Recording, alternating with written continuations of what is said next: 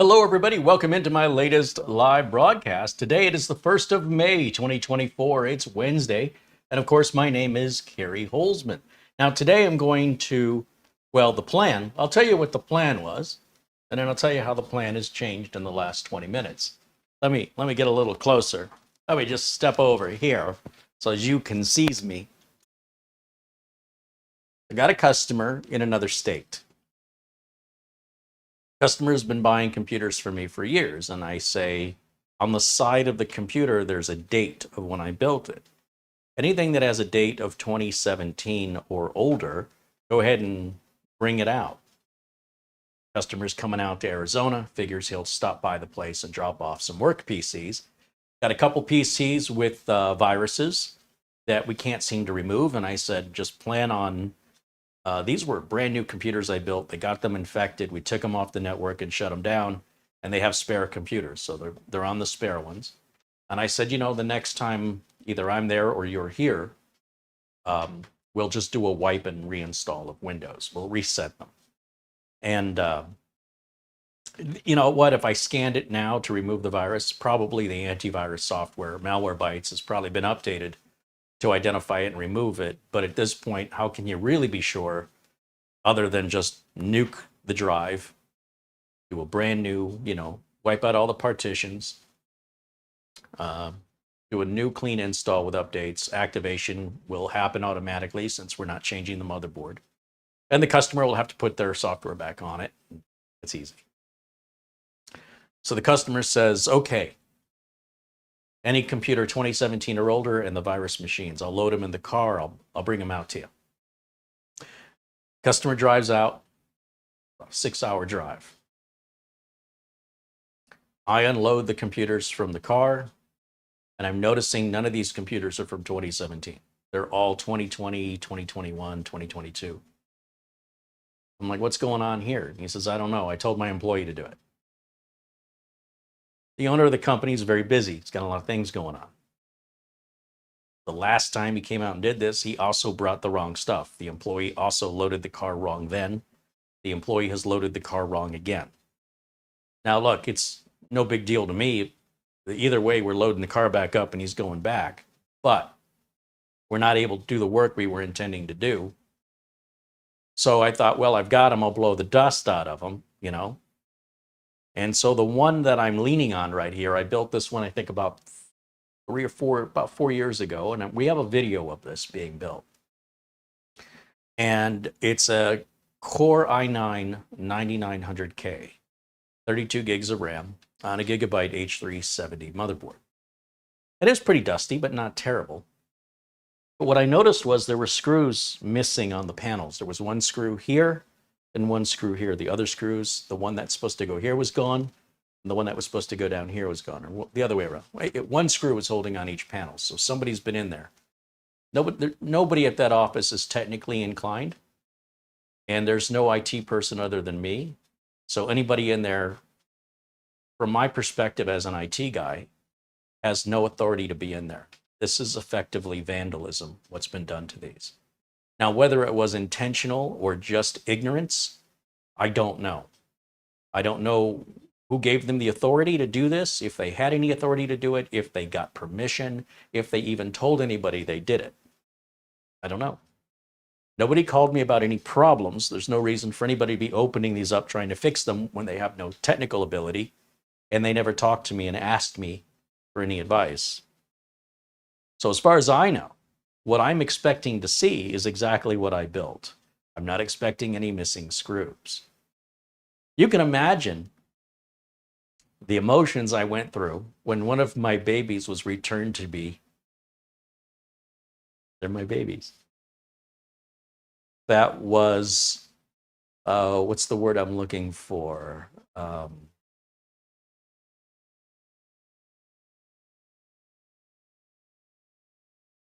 Mauled, abused, amputated. There's a word in there. Can't think of what it is. When you look at this computer, and I'm going to turn this around, do you see what I see? It's a Noctua cooler. It's a Core i9 9900K, a very, very hot chip at the time, not compared to a 14900K, but Noctua cooler. Do you see something missing?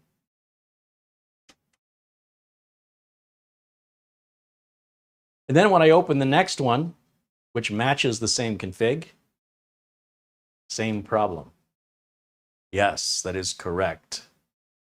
Alan with a Y says no fans, and Keith says no fans, and Joe Martin says no fans. That's correct. There should be a fan right here blowing air through this heatsink. This is a pretty small heatsink, and I stopped using these when Noctua changed the installation process to be more labor intensive.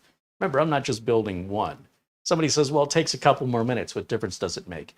It makes hours of difference when you're building dozens and dozens. So for the price I was paying, I said, I'm done with these coolers. But at that time, I think this was one of the coolers that was really easy to install. It was a little bit more expensive, but for the ease of install and the reputation of Noctua, for a short time, I was using these. Then they changed the install to be like, socket 1700 compatible or something. They didn't advertise any change on the box. They didn't call it revision B or 1.2 or nothing on the box indicated anything was different, but now you had to sort of assemble the whole thing that was pre-assembled. They said, I don't know why you're making a big deal out of that, Carey. Well, yeah, you wouldn't understand because you don't build dozens and dozens of these. It's no big deal to you. You're building one. You got all day. So I'm not paying top dollar just to spend more time when I can go get a different competitor's cooler for less money that's less labor intensive, and I can get things done and move on to the next thing. I don't need people to understand it or agree with it. I got work to do. So in any event, my goal today, here's what was supposed to happen. What was supposed to happen is in the vehicle, there should have been a couple of computers that were recently built that have virus infections that I need to wipe and install. That's pretty routine, no big deal. Very difficult for me to do that job remotely without anybody of technical ability that can boot from a rescue disk, right? I could have them do this on site, but nobody has that technical ability. But somebody felt they had the technical ability to get inside here and do something way more technical than just booting from a rescue disk. Nobody told me about it. This is the first I've seen, and I'm sure the boss knows nothing about this, and I'm sure it was done without his permission or consent and cannot explain to me when or why this was done, and he's going to have to go talk to his employees.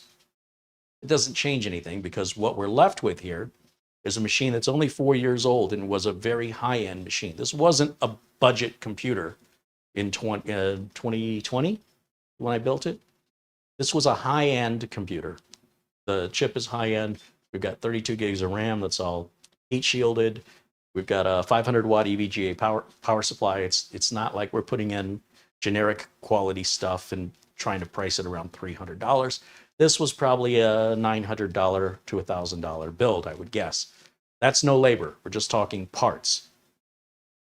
Now, of course, CPU prices on a 9900K are different now, and RAM prices are different now, but at the time, all right, anyway. Nobody complained about fan noise. Nobody complained about heat or computers shutting down or crashing. Nobody ever complained about that. So why were these opened and the fans removed? Now, here's the other thing. These computers often require a CPU fan to boot. If a fan is not detected, the computer should just come up and before it even starts loading Windows, it should say, there's no fan. So correct this issue and try again. But somehow that's been disabled in the BIOS. Chance it was set that way by default or somebody changed it. It seems unlikely anybody has the technical know-how to know how to change it. On the other hand, there's no trace of a fan ever being in here. The brackets that hold the fan on, along with the fan, gone. There's no note on the computer, not a post-it note, nothing that indicates why. So I'm going to tell you what I know what happened with why these were loaded into the car. I think when the boss said to the employee, load up the old computers, the employee said, oh, this has Windows 10, it's old. Then the boss, even having done this last year, did the exact same thing this year and assumed the employee did as instructed and understood correctly. And only until 6 hours later when they got here and I was unloading did I realize These aren't what you were supposed to bring. Now, it would have taken them all of 2 minutes to check. So why am I upset, right? He's the one that's got to bring these things back. He's the one who wasted his time. However, I had boards prepped and ready to go because what was supposed to happen today, I laugh because otherwise I'd cry. I have 4 motherboards that are already prepped with RAM, storage, Windows 11, activated, updated, all the latest drivers, with a 13500 or 14500 processor on a board ready to go. And what I was going to do today was I was going to pull the old board, CPU, RAM, and storage out from the 2017 build, pop that board out, put in the replacement board that's all been prepped, and I made a video. You guys can see you're like, what does he do with the prep boards? Well, some of those prep boards we're going to go to this client. And it's a pretty routine, simple thing to do. We take out, we unplug all the cables. We take out anything, we take out the screws holding the board in. We take the whole board out. We put the new board in, put the screws back in, put the cables back on. So we're reusing the case and the power supply. And we boot it up and make sure everything works, and we give it right back to the customer. Then the old board, if everything works and it's just old, I sell those to a person that likes to buy old stuff, someone locally, and I'll sell them cheap just to get rid of them. They'll be prior to 8th generation chips, so they'll be like a Core i7 7700 or 7700K is what he was supposed to bring. But they're all built in these Corsair 200R cases. And the only way you can tell them apart is by the build date.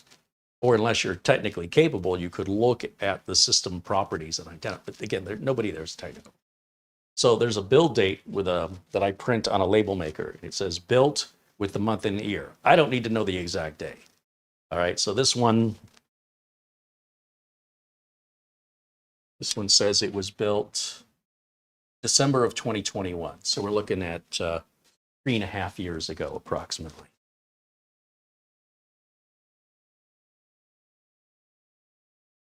No, it won't be 3 years until December of 2024.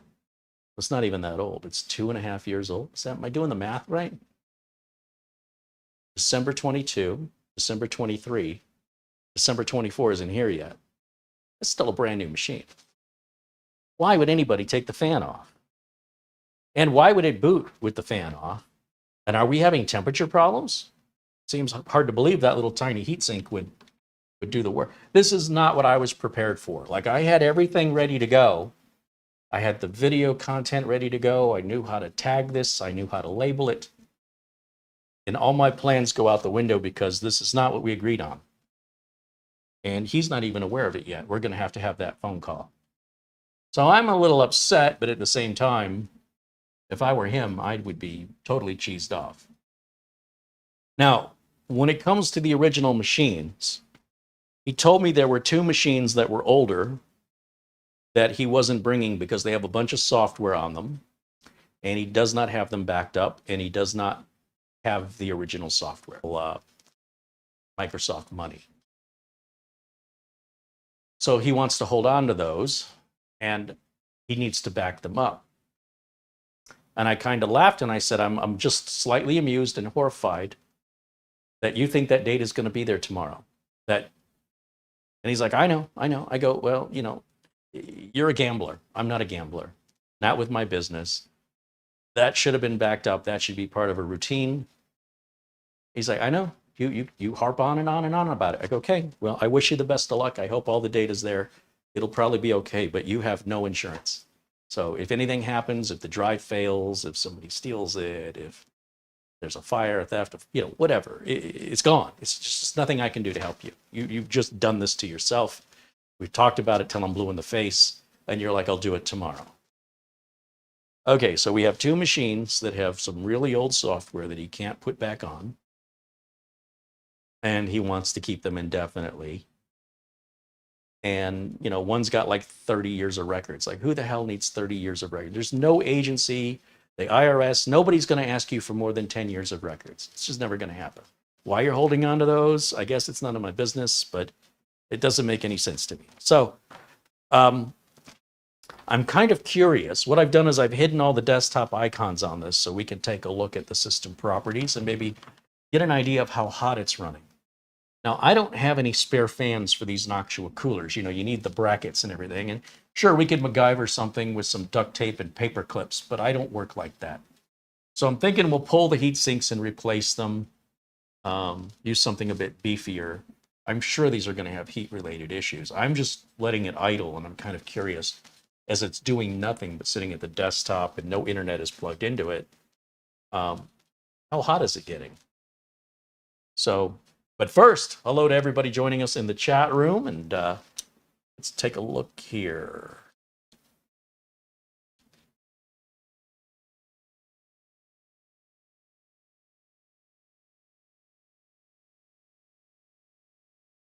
Matthew Burden renews membership, now a member for 23 months. Right on. Matthew says, hey, Carey and chat, after the crazy evening I've had at work, this is a nice treat. Well, I guess you just passed it on to me. I'm about to have a crazy. I had a nice day. Now I'll have to have a crazy evening. I mean, overall, this isn't terrible. It's just the idea of how much trouble gone through to bring it here. Mike Visions with £5 says, hey, Carey and all in chat. Hey, thank you, Mike. Mark Baggett renews membership, now a member for 23 months as well. Thanks, Carey, for all the great content and education. Well, thank you for supporting the channel. PC Fishing is in there in green. PC Fishing should be blue. Anybody green should automatically be blue. Oh, it looks like Mara took care of it already. Very good. Very good. Ah, it's nice to have help. Okay. There's Ron Barnish saying hello, and John Clausen. Gerardo Quintana Roos says hello. Bebo with a $2 super chat. Thank you, Bebo. Barry Klein saying hello. Bajan Guy says hello. Mark Gaines with a 10-pound contribution says it's 1:40 in the morning here in Northern Ireland. Says hello to me and Mara. Hello and welcome in, Mark. Thank you for your support. And my goodness, 1:30 in the morning. Well, that's still early for me. I'm a night owl. Craig says you should take the old board out, put the new board in. Take the old board out, put the new board in. Do the Carey hokey pokey. That's what it's all about. Yeah. Yeah. Steve Dodd renews membership. Now a member for 17 months. Right on. Thank you, Steve. Craig Casabona with a $20 super chat. Boy, Craig's been really regular with those $20 super chats. Thank you so much, Craig. And thank you to all the members for being members and helping to support the channel. You know, it's been tougher and tougher to get PC repairs in here. A lot of PC repairs lately are done remotely. It's pretty rare that I have to have something in front of me. I was very much looking forward to this. Now, not so much. Paul M. renews his membership as well. Thank you, Paul.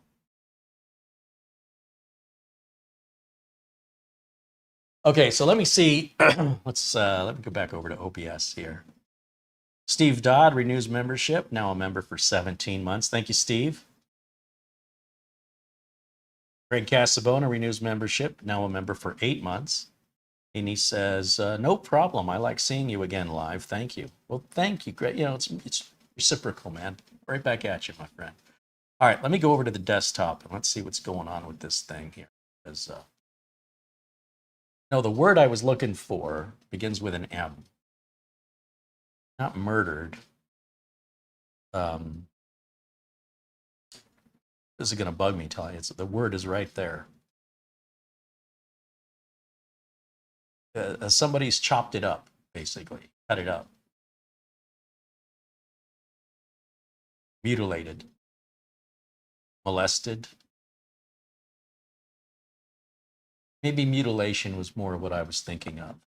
I don't know. Is it as bad as mutilation? It's pretty bad. I mean, of all the things you could have taken off the machine, the CPU fan on a 9900K, like if this was an i5, you'd probably get away with it. Let's just take a look. Let's see what's going on. Then thank you for the suggestions there in the chat to help me with my vocabulary today. I'm a bit flummoxed There's a word for today. Today's word is flummoxed. All right, let me go full screen over here. Let's see what's going on. Let's take a look at our system specifications.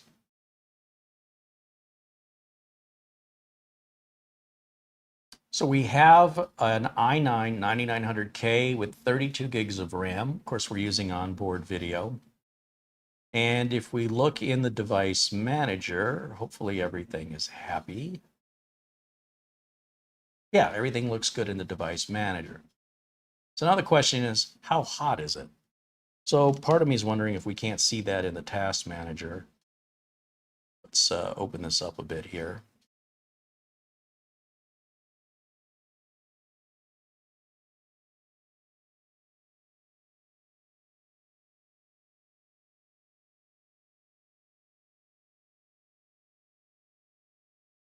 We're at 1% CPU utilization, so it's pretty well idle. So whatever the temps are, keep that in mind. It's idling at whatever the temps are we see. Information about our RAM. And we don't turn on XMP on a business computer. SSD is from Intel, that looks good, and our graphics card is built into the CPU. I thought maybe I can't remember if they showed the temp in here. Now you'll notice the speed is down to 1.5 on this chip as it's idling. There's no reason for it to run at idle faster, right? That doesn't make any sense. So let me pop my flash drive in here. And let me see if I can see.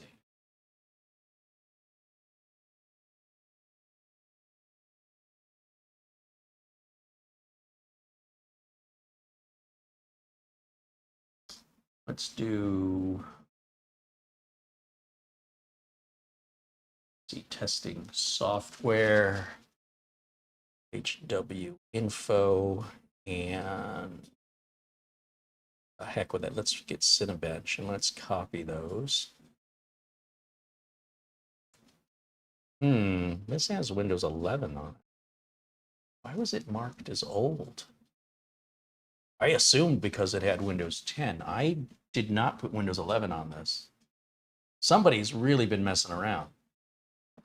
He's got an employee getting into stuff they should not be getting into. So, what are we going to do about that? Don't know. Close that out.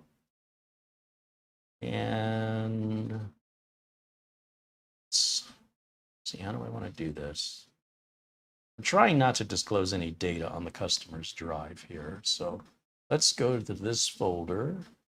Let's go to the C drive.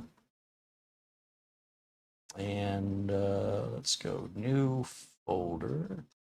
This ought to work for me. And then we'll paste the data there, or the applications off the flash drive. I don't want to run these off the flash drive. I could, I just don't want to. Customer has plenty of room on the storage drive. I'm going to take my flash drive out. And let's see here. What gigabyte motherboard is that? It's Craig, this is a H370. I used a lot of these. I probably built 30 or 40 machines with H370 gigabyte boards because I just thought they were a steal. They were $100. I bought a couple boxes. There's 12 per box. Let's do sensors only here. Let's see what's going on.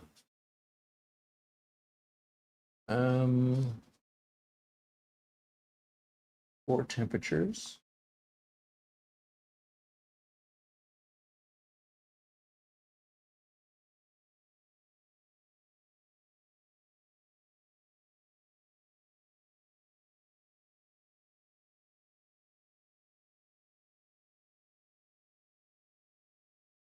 Wow, this mouse is just... Okay, so here's all our cores, here's our temps, here's our maximum temps. Can you just imagine what's going to happen if we run Cinebench on this? I don't think it's going to be pretty. Let's just see what happens without a fan.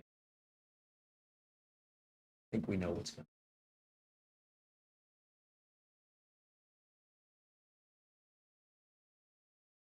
push this number down this aisle.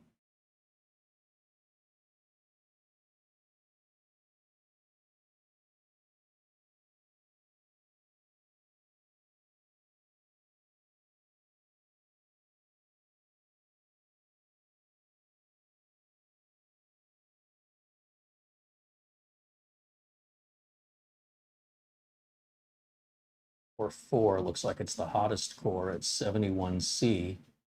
The test has only been running 30 seconds.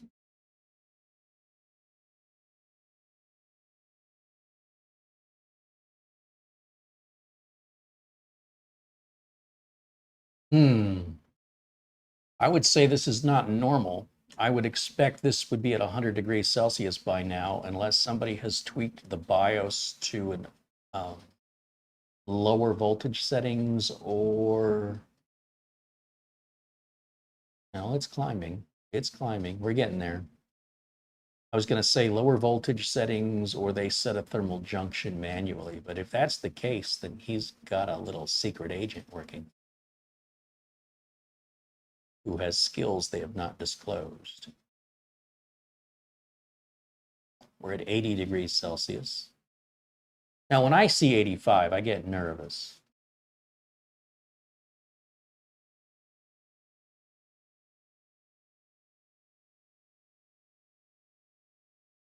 I just don't think this is running correctly. The fact that it hasn't already exceeded 100 degrees Celsius suggests to me that it's not set correctly in the BIOS, that we're not getting everything out of it.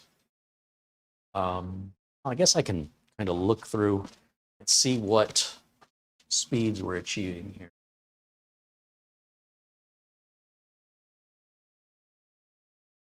Package power, we're only hitting 90 watts.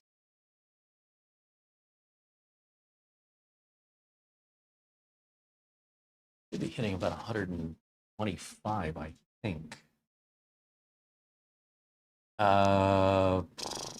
Where's our frequencies?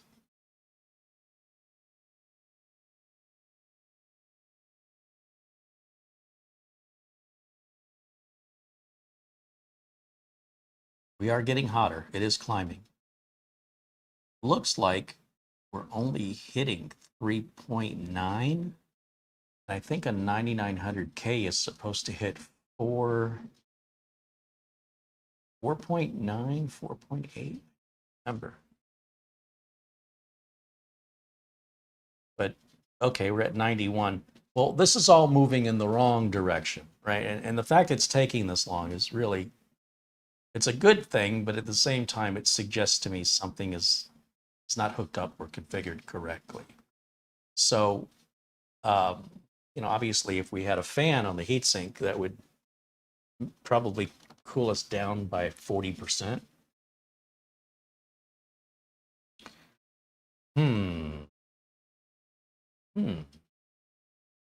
So that's the total amount of time we've been running. Was that 4 minutes? 4.5 minutes? And then our maximum temp was 93 degrees and 4.5. Okay, so here's what I'm going to do. I'm going to go ahead and just shut this down because this is frustrating. It makes me angry that somebody took a perfectly good working computer and did this to it without consulting with me. If I'm going to be your support, you cannot make changes without me knowing. If I'm going to manage your finances, you can't be writing checks and not telling me. If you have a checkbook and I have a checkbook, like let's say we're a couple, go with me on this, and you're writing checks or spending money with the debit card, and I'm writing checks or spending money with the debit card at the same time, but both are funneling the money out of the same checking account, how do we know what the balance is? If we're not communicating with each other over a shared resource, how do we know what's left? And so if I'm going to maintain a company's computers, there's a contract and it states no changes are to be made on the computer or the network, or for that matter, the phone system, anything tied into the network without talking to me about it first. It's okay if you want to get another printer. It's okay if you want to move a computer to another office. When you're going to make a change, you need to have the courtesy and consideration of letting me know. And it would be in your best interest to ask me what my advice is about whatever the reason is for this change. Are you going about it in the most cost-effective and optimal way?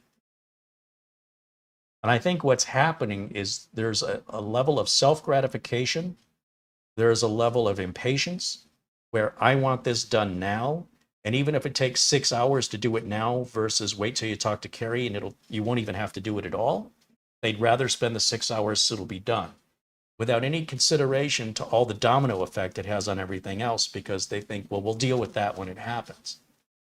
And so what they end up doing is they're dealing with something and they're not aware they're dealing with it. They now have a pre-existing condition that is hazardous to the integrity of the entire office, and they're blissfully ignorant of it. So therefore, they're happy because they don't know. So then I'm under the impression everything's okay. Nobody's telling me anything, so I'm assuming nothing has changed. But then there's a problem, and then I get the call for the problem, and I start working my way backwards because nobody's being honest or transparent with me when we're supposed to be a team. We're supposed to be working together. This is not a adversarial type arrangement. I'm helping you, you should be helping me. So if you're telling your doctor, I don't do drugs and I don't smoke cigarettes, there's no reason to be looking for those things, is there? But now you're fainting without any notice, and you are depressed, and you're dealing with things that doctor can't seem to find out why, and eventually draws blood and says, even though they said they weren't doing drugs or anything, let's just check the blood, and then sure enough, they're on drugs. And it's like, for crying out loud, all you did was make yourself suffer longer. I'm not the police, I'm a doctor. I could have given you something 3 or 4 days ago when we drew the blood to help alleviate your symptoms, but you had to keep it secret and make it worse on yourself. That's what it feels like. I'm here to help you. Why would you work against somebody who's trying to help you? You like to suffer? I don't know what the logic is. I understand I'm busy, I don't have time for this, just get it done. But then if you're busy and you don't have time for it, why do you have time to suffer all the consequences of doing it half-ass and not doing it right, or having somebody qualified, or even just pick up the phone and say, hey, look, I need to know what you think about this before you execute. So I'm shocked. I'm absolutely blown away that somebody would have gone through the effort to essentially dismantle my hard work for no known reason, and to potentially jeopardize the entire integrity of the office and the network out of some selfishness, and probably, I'm going to guess, without any authority. So me and the owner, we're going to have a talk. Because if that's how they want to run the business, I don't think I want to support them anymore. It's too much work.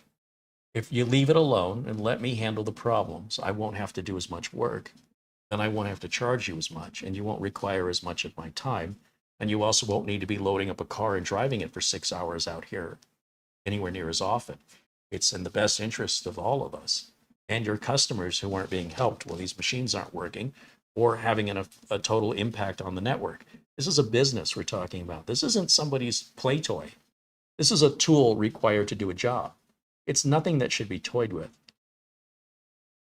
It's not my tool. If somebody wants to play with their tools and jeopardize their business and gamble it away by taking all their business holdings and going to Las Vegas and putting it on a roulette table on black, they have the right to do that, and I have a right to disassociate myself with them.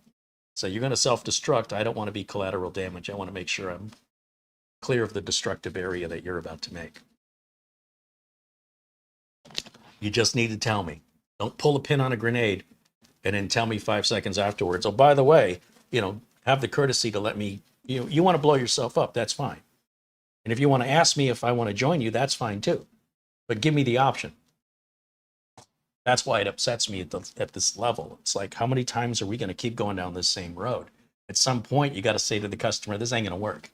Either you make some changes at the office or you find somebody else, because this is disheartening. And I can't wait to hear the logic behind why somebody did this. I'd also like to know who did it. I'd very much like to talk with them personally.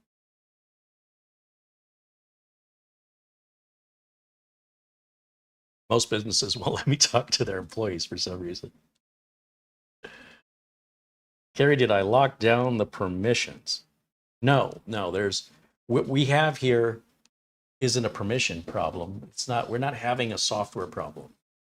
We're having a vandalization issue with somebody taking a screwdriver and opening up these computers and removing critical components without authority, without any reason, and without any awareness to the IT department, that's me, that such a thing has been done.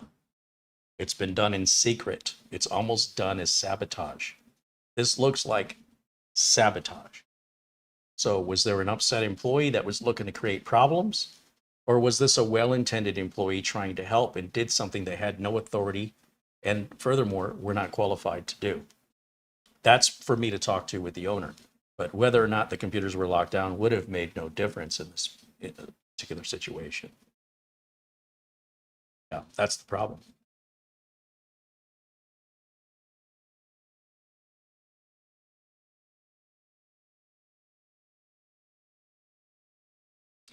Now, if we find out it's one of the owner's kids that did this, it's going to be very hard to fire them, or, you know what I'm saying? Like, if the kid thought, I'm going to help out my dad, this fan's really noisy. It shouldn't be. It's Noctua. Those fans should be whispered quiet. I have no idea why anybody would think that's a good idea.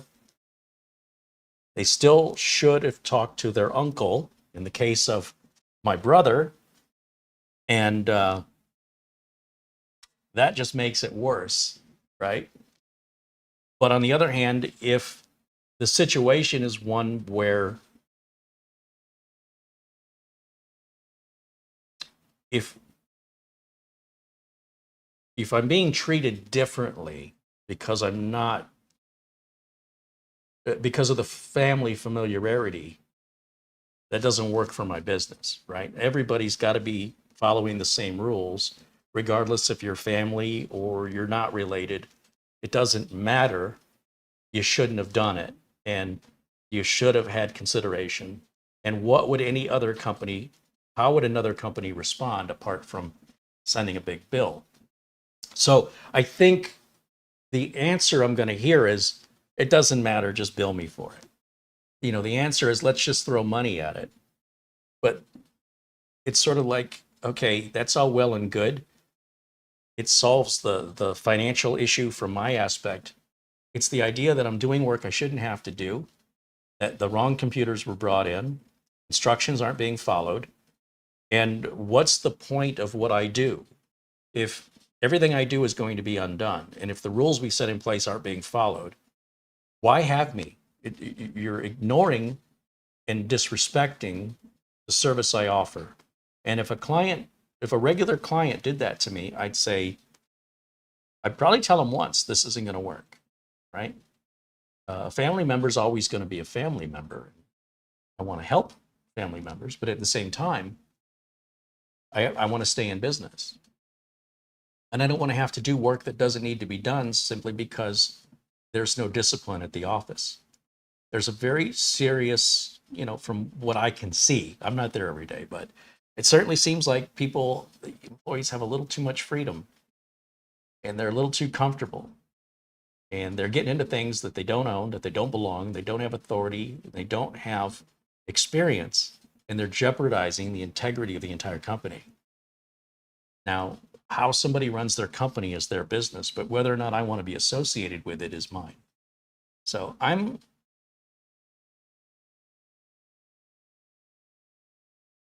very concerned, because if this is just 2 of the computers, what do the others look like? I think they have about 17. Was this just done to 2? Was this done to all of them? Now I'm scared. Now I'm very, very worried about the integrity of the entire office now, because it makes no sense. If they did this to these 2, why wouldn't they have also done it to the other 15? And suddenly now, this could be a massive, massive problem, and a very expensive one. and one I, quite frankly, don't have time not to do all of them at once. So yeah, very strange situation.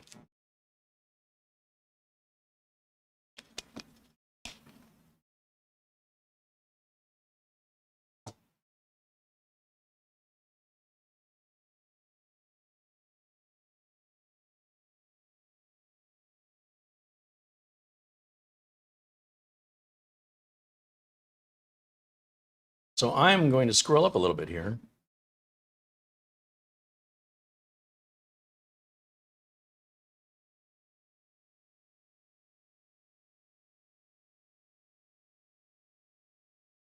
Dr. Bill with a $5 super chat. Right on. Thank you, Dr. Bill.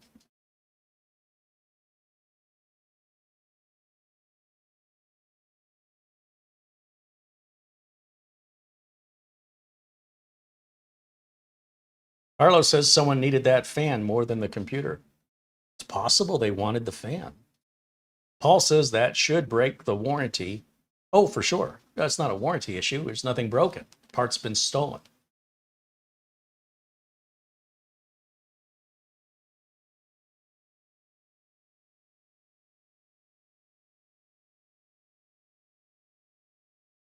Brian says we'll just fix the problems and charge them more. Well, but you're assuming I have time. I can't let one customer monopolize all my time and other customers have to go waiting, because customers will only wait so long and they'll take their business somewhere else. This is the balance of being self-employed is, I'm my only employee and I have to schedule things. That's why all the boards were prepped and ready to go for this upgrade, and these are the wrong machines. And these machines I was expecting were going to be just fine. Dust them out, put the cover back on, put the missing screws back in because I've got spare screws. And the more I uncovered, the more I uncovered. Find me in Hawaii with a $9.99 contribution. Thank you for that, Ken. All right. So I'm, blindsided, surprised. I did not know this was coming. It's unexpected. Not happy. It's not a good surprise. It's a bad surprise.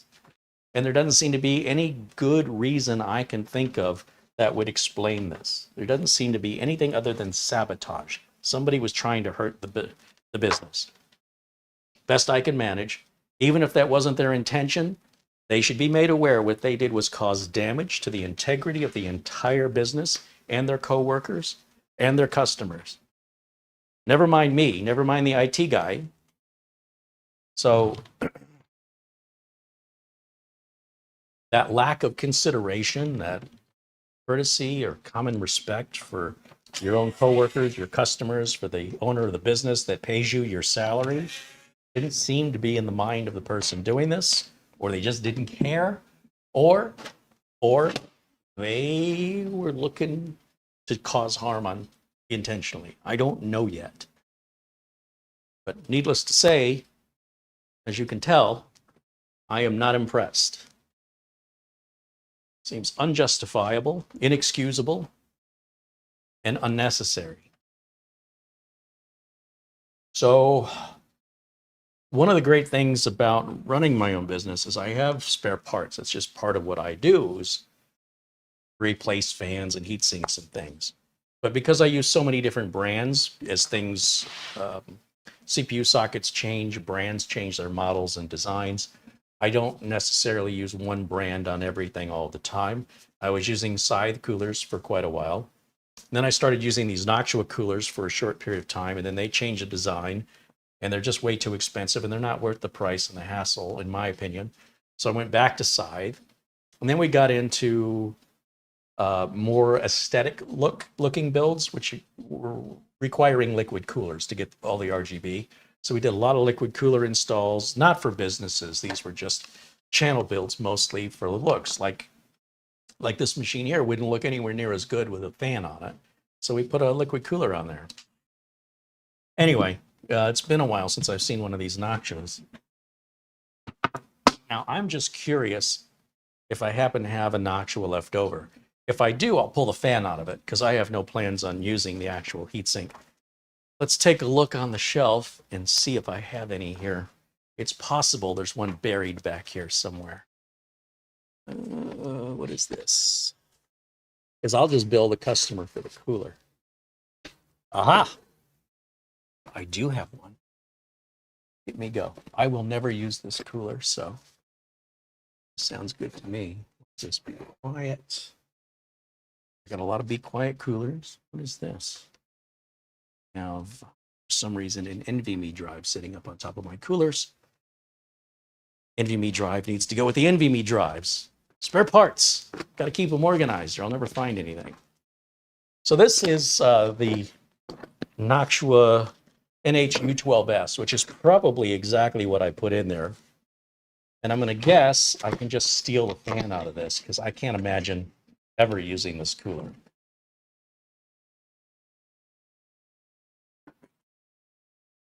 We've moved on. Well, it's a little different. This cooler,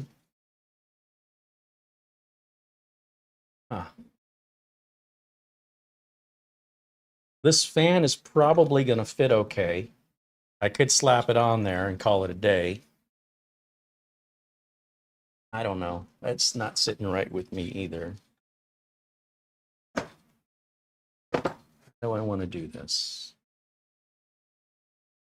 Part of me's thinking, let's just change the cooler out to something entirely different.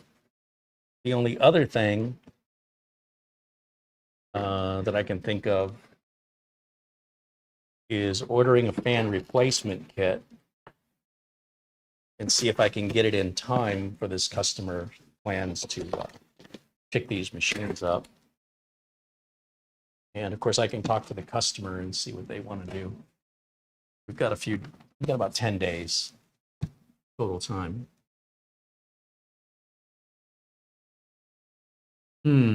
What to do?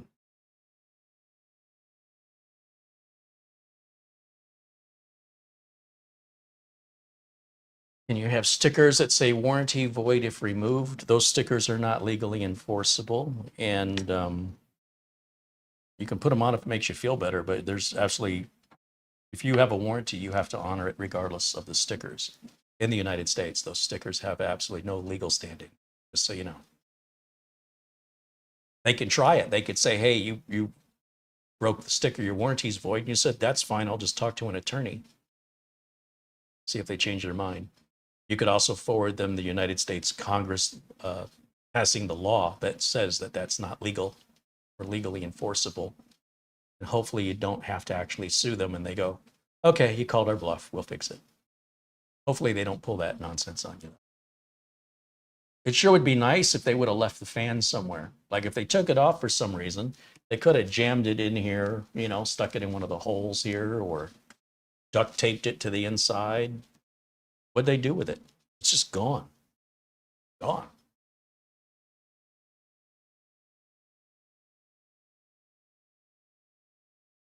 So I went and looked at the second computer and it's the exact same thing.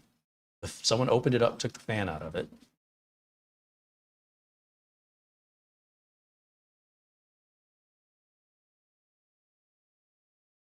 Paul says, won't any cooler fan of the same size work?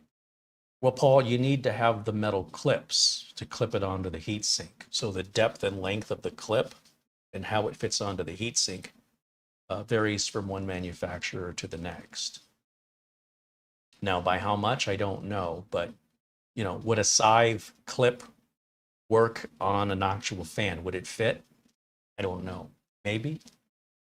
I'd rather do it right. I'm not a garage mechanic. I'm not somebody at home toying with, again, this is not a toy. This is a tool. And we don't want to go out of business because we're too cheap to do it right and then have our reputation soiled as somebody who does everything half-assed and can't be bothered. This is like a home user attitude where it's good enough for me. We're not in the home environment. We're in a business environment. And we're not looking for the quick fix or the cheap fix. We're looking for the right fix. And it's got to be done within a certain period of time.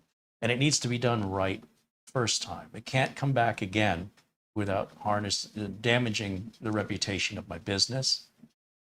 So as much as possible, I like to avoid mistakes. And I like to stick with something that I know works. I don't want to turn my customer into a guinea pig going, well, that fixes it for today. I don't know how long it'll last. That's more of a home user, weekend warrior kind of attitude that isn't going to be sustainable for building your reputation in this business. So, you have to understand that the standards I'm being held up to are much, much higher because I'm being paid to do it.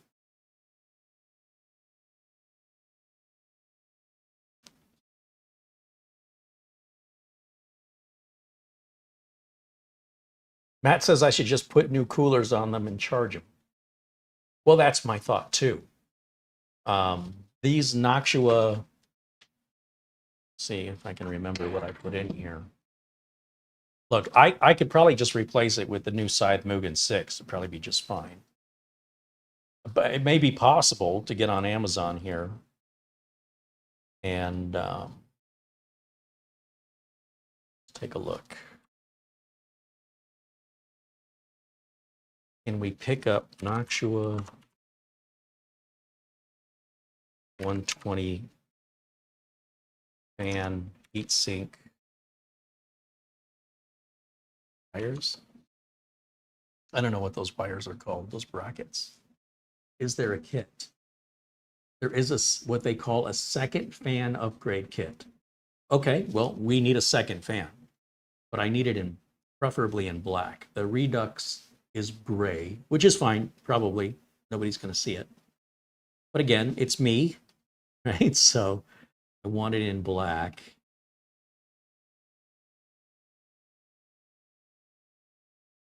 So they have the fans, but the fan without the bracket is no good to me. I've got Noctua fans. I just don't have the brackets. Okay, so let's look up 120 second fan, since that's how they seem to be labeling it. Kit, second fan kit. And then I'll put the word black because I want a black fan. Actually, this looks like the cooler right here, the Noctua U12A. No, that one already has two fans. And it's a bigger, thicker heatsink. It's also $130. For an air cooler? Are you kidding me? I can't believe people spend that kind of money. All right, let's see. Noctua. See, second fan upgrade. Maybe I need to put the word upgrade in there. Second fan upgrade.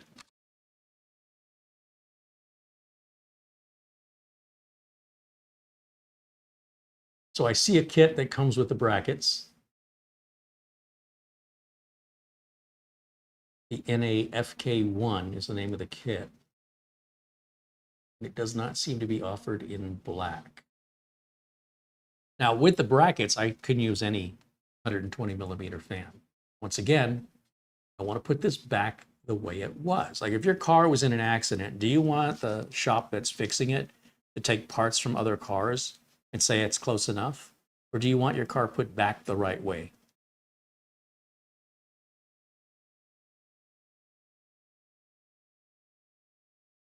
Yeah, I'm only seeing that one kit from Noctua. Now, maybe if I go to their website,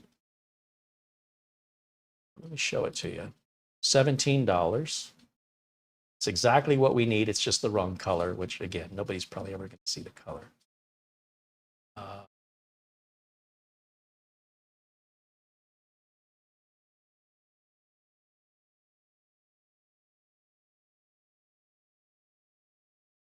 This is it. See these brackets?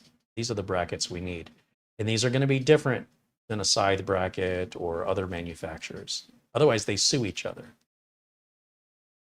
It doesn't mean other brackets may not work, but I don't want them popping off in transit because they didn't fit right or were too tight or too loose.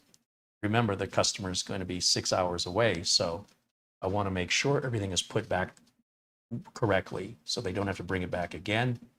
or that my reputation is soiled, because, you know, it appears I don't know what I'm doing. That's interesting.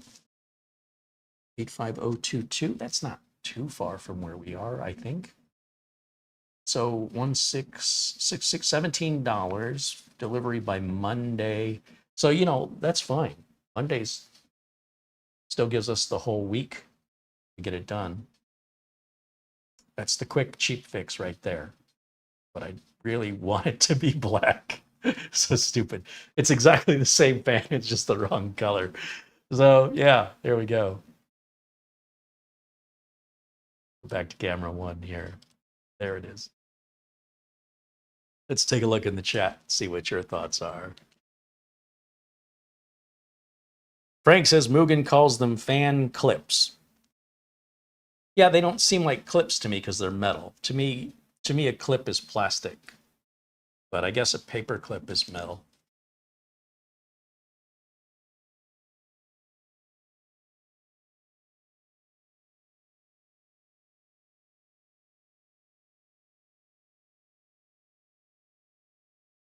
Andy says, I wonder how many of these computers are backed up.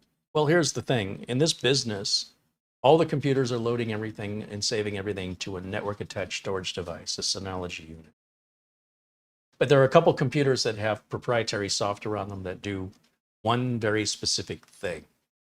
As a result, those computers are different than all the others, but they're supposed to be getting backed up. The owner has assured me they are getting backed up and now telling me they're not. And I'm really on the fence with how to proceed with this, because if something terrible happens, they're going to call me to fix it. And I'm going to say, I can't help you. And I'm going to say, why did we pay you? And I tried to convince the customer to let me do the backups for them, and they assured me they did not need me to do that. And I said, that's the main reason people hire me. It's not just the regular maintenance, updates, antivirus, maintenance stuff. It's those backups. No, we got that covered. All right, so you understand, before we begin this, you understand that if I require to restore from backup and you don't have it, that's not on me. Oh yeah, I get it. I think I'm going to have to put that in writing now, because I'm really scared. This frightens me that it's so haphazardly, it's not going to happen kind of a thing, It's never happened yet. That's what everybody says, whoever lost data. Every one of them said the same thing. It's like you go to visit somebody in jail. Nobody in jail thought they were going to get caught. But look, it's not my business. It's not my computers. At some point, I have to just wash my hands of it. I go, okay, I did all I can do. There's nothing more I can do. And then the only question is, do I want to continue to deal with the ramifications and repercussions of these decisions? Or do I want a more stress-free life and be a little more selective with who I'm going to take on retainers? Because I don't get this. I don't understand. And nowhere in my mind can I even imagine any reasonable excuse other than sabotage, that somebody was out to sabotage this company.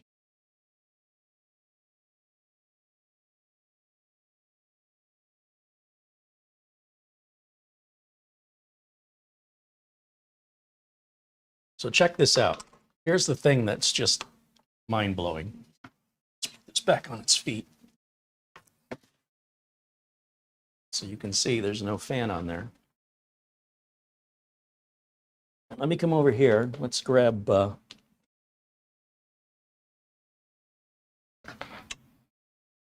You know what? I can see through the tops of these computers. There's still 3 more I haven't looked at yet. So give me just a second. And see if you hear me scream in a minute.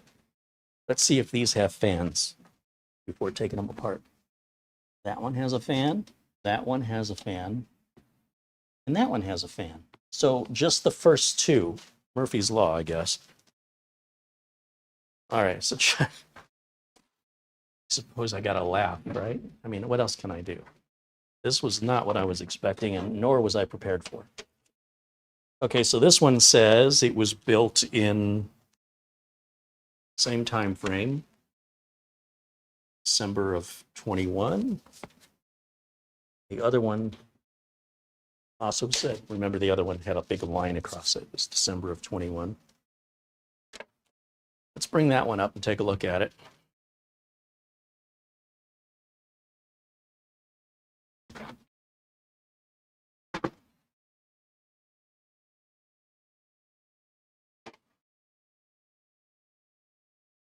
No fan.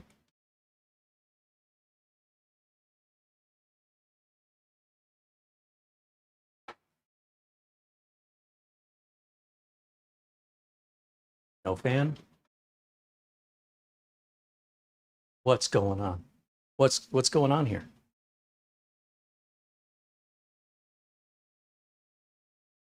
Okay. Well, these were two obviously identical builds. I did them at the same time. They have the same components. And whoever sabotaged them both.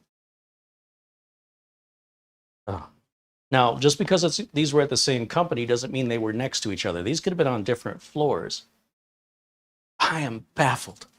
It's not like you can look on the outside of these 200Rs and know what's inside of them. I sure as heck didn't build them this way.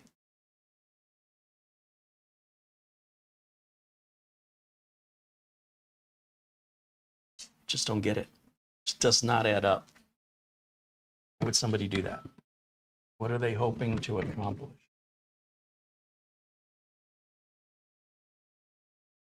Let's check the phone and see what's going on here.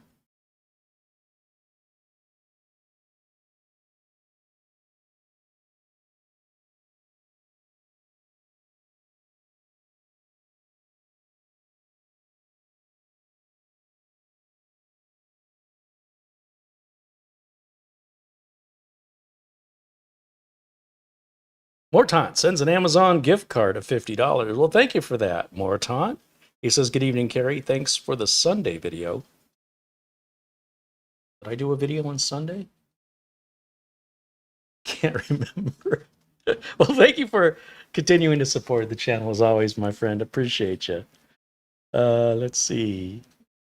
What else do we have? No, I think we're good. I think I'm caught up. All right. Now, the reason I share the stories with you, well, first of all, this isn't the video that was scheduled. This is not what was, I had everything all lined up for this. This was supposed to be pulling out a board and putting in a new board and doing the upgrade and telling you how this is cheaper. It's less waste because we're not throwing away the case. We're not throwing away the power supply. We're just replacing the motherboard, CPU, RAM, and storage. Pop it in there, hook it back up, saves money, saves e-waste. It's fast. That's what this video was supposed to be, and we were going to do 2 of them. Unfortunately, that's not going to be what it is. But I decided you should know the difference, to just again to give you an inside peek at what goes on when people pay you to fix their computers versus most of you, I'm sure, just work on your own, family and friends. And it's very different because of the liability, accountability, responsibility that's involved in it. We're dealing with timelines. In this case, there's no budget. I mean, this customer will easily spend $10,000 for computers if I tell him that's what he needs. Here's your check. You know, before I even finish talking, here you go. As long as you can throw money at it, he doesn't have a problem with that. I don't like solving problems that way. And these shouldn't have been problems to begin with. These are completely voluntary, unnecessary, elective problems that were self-inflicted, again, without authority and by somebody clearly not qualified to be in there to begin with. Why? I'm going to find out. And I suspect I'm going to know the answer. The answer is going to be, I don't know. And the answer may even be, I'm too busy. I don't really care. Just fix it. So again, when you're dealing with friends and family, or just working on your own computer, in most cases, you already have all the information. In some cases, you deal with customers Well, of varying personalities. Some want you to work for free. This customer's not like that. Some want you to be available 24 hours a day, 7 days a week, and instantly answer your phone every time they call. This customer's not demanding.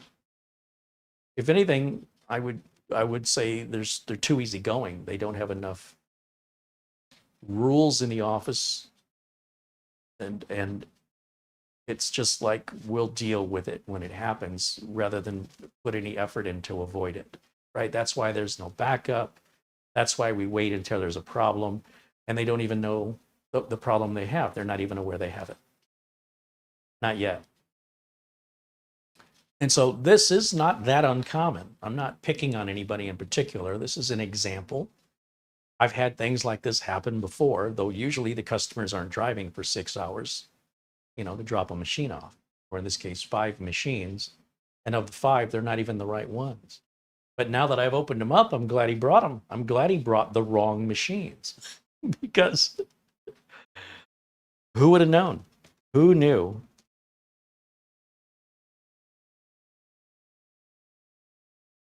All right, well, we'll turn it over to you guys. If you have any questions for me about what it is to run a computer repair business, or if you have a story of your own you want to share, I'd love to hear it. And any questions you have regarding any troubleshooting you're trying to do our best to help you. And always be sure to read our chat room for responses there, because we have a very, very kind and intelligent and technically capable community here who may have an answer to your question, and likely has an answer to your question that's likely going to be better than my own. So don't just take my word for something, or maybe I don't see your question. Always look to the chat room for the answers. A lot of times their answers are better than mine. So, take advantage of that is what I'm saying. All right, what do we got going on here?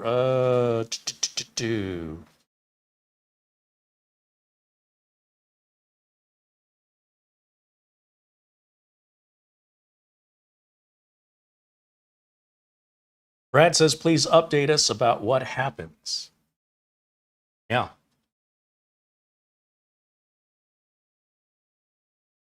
I will update you.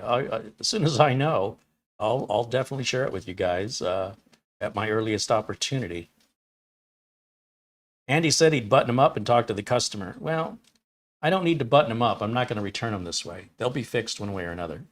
I need to find some direction, whether I replace the fans or the whole heatsink.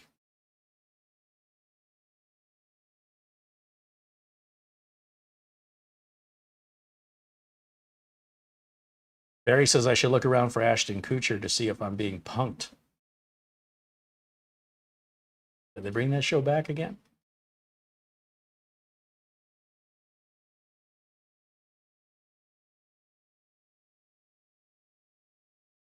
Paul says, wow, what a strange situation. Jim says it's not my circus and not my monkeys. I would say that, except I've got them on retainer, so it kind of is my circus and my monkeys.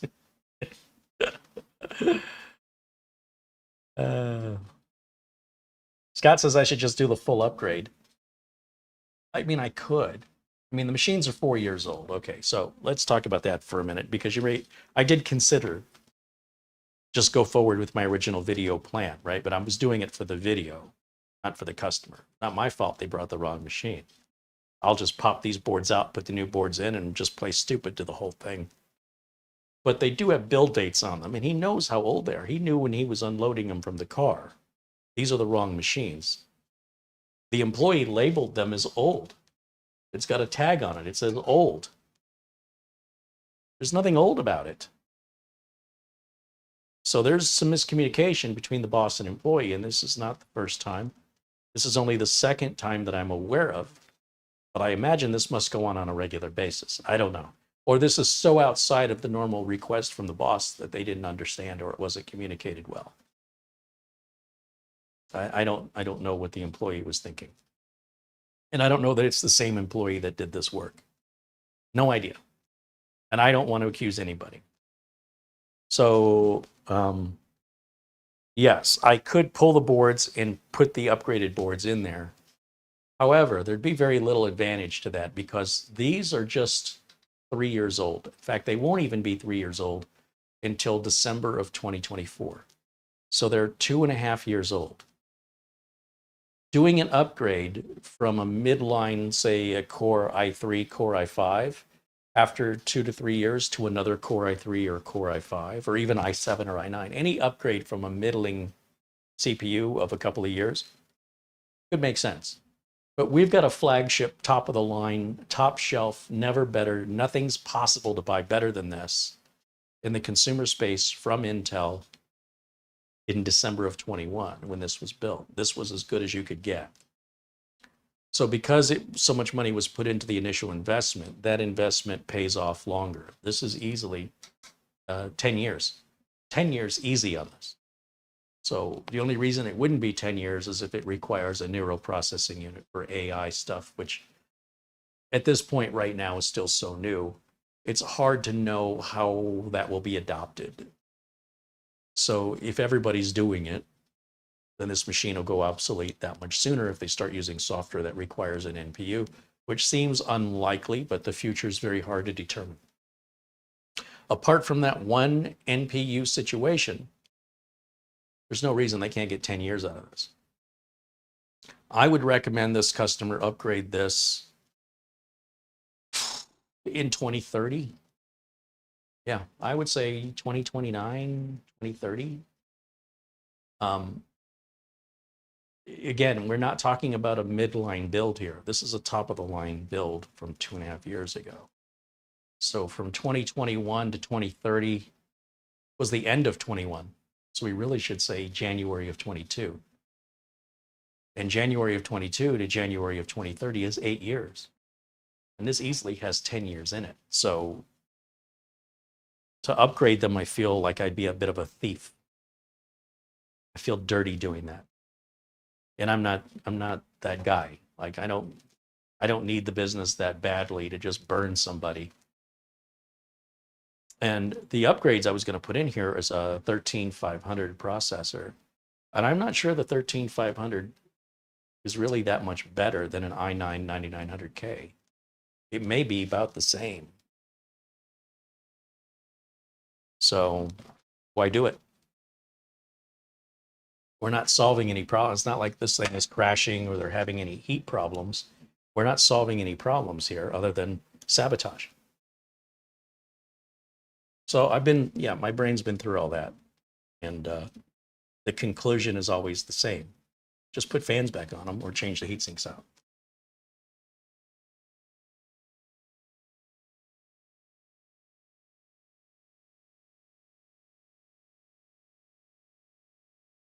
Matthew Burden said he's running a CAD workstation on a 10850K, no problems after 3 years. Yeah, I still have a couple of 10850Ks around here. Those are flagship processors. They weren't cheap. The only thing above that was a 10900K, and 10900K isn't that much. It's 100 megahertz difference and $100 difference just for that 1/10 of 1 gigahertz. So the 10850K was a much better deal, in my opinion. And again, you can expect at least 8 years, probably 10 years out of that processor.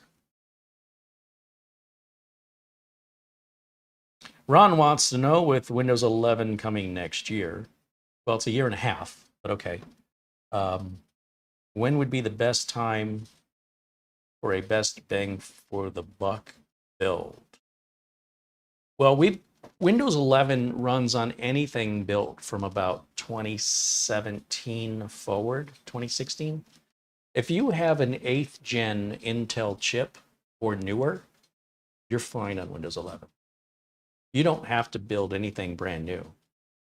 So if your machine was built prior to 2016 and Windows 10 support ends October 14th of 2025, you could probably be okay to use Windows 10 until the end of the year, just 2 more months. So you're looking at 2026. 2026 from 2016 is 10 years. If you're using a computer that's 10 years old and you think it's reasonable to expect a 10-year-old computer to run a brand new operating system, then I don't think you understand technology. So if the computer you're using is an older machine that's not compatible with Windows 11, we already know it's at least 3 or 4 years old. So I don't know how long you think a computer should last, but as long as your computer's doing what you want it to do, and you can't tell me why you want Windows 11, you can't tell me what you're going to do with Windows 11 that you can't already do now with your Windows 10, my advice would be to don't do anything. And when it comes to the summer of 2025, so we're not even into the summer yet. June 21st, our summer solstice of 2024.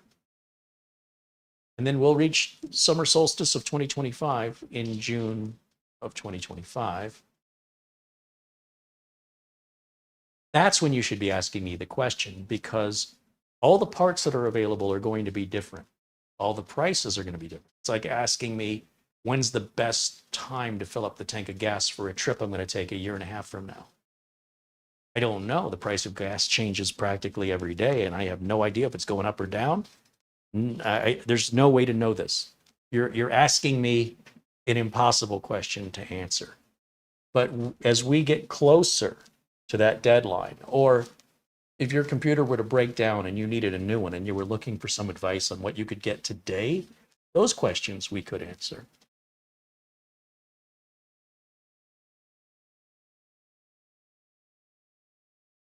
Ron says he's using a Core i5 fourth generation chip, and it does everything he needs. Yeah, there's no problem with that. So fourth generation chip is approximately 10 years old. So your system is likely about a decade old. Now, again, I don't know how long you think a system should last. As somebody who's been in the industry as long as I have, I was playing with computers since the 1980s. I want you to just take a minute and I want you to think about Windows 98 or Windows 95. If Windows 95 came out in 1995, at what point would you feel like you shouldn't be using it anymore? In 10 years from 1995, that would have been 2005. If you used it 10 more years, you'd be in 2015. How many operating systems have come and gone from 1995 to 2015? You've also went from a 4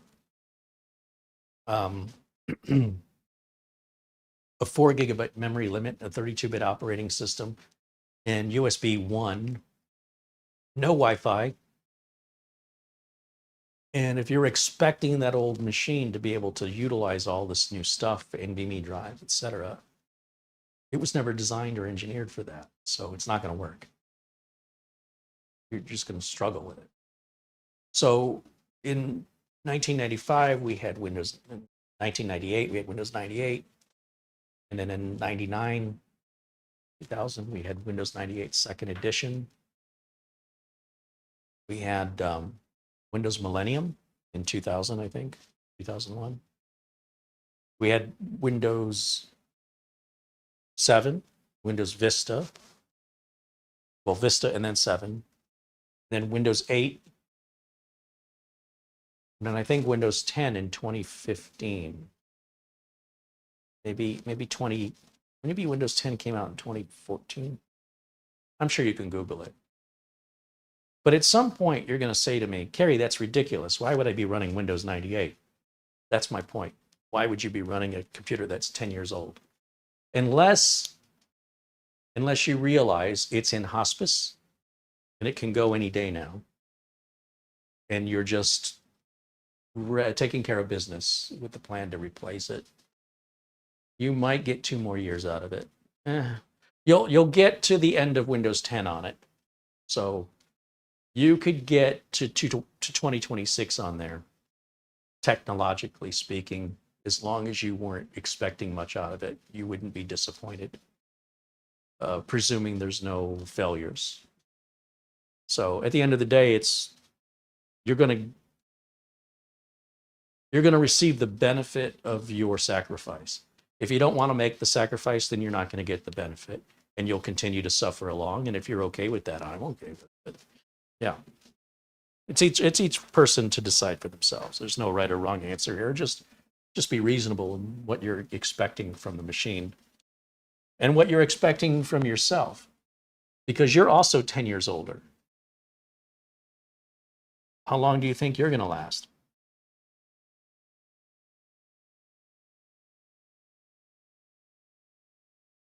And so how valuable do you think your time is? Is this something you don't think you're worthy of anything nicer? Do you think your time has no value? And I would ask you this question, if we get a little philosophical. In your final days, if you can picture yourself lying on your deathbed, self-aware that you may not wake up tomorrow, how much money would you give me for one more day? Well, if you're not going to be around to spend any money, why not offer all of it to me? So all the sacrifice and suffering that you weren't willing to make while you were alive and well is now going to go to an inheritant. Somebody's going to inherit it, an heir. But if I said to you, I'll give you one more day, let's just say I could do that, how much would you be willing to give me? I suspect you'd say everything I have. Okay.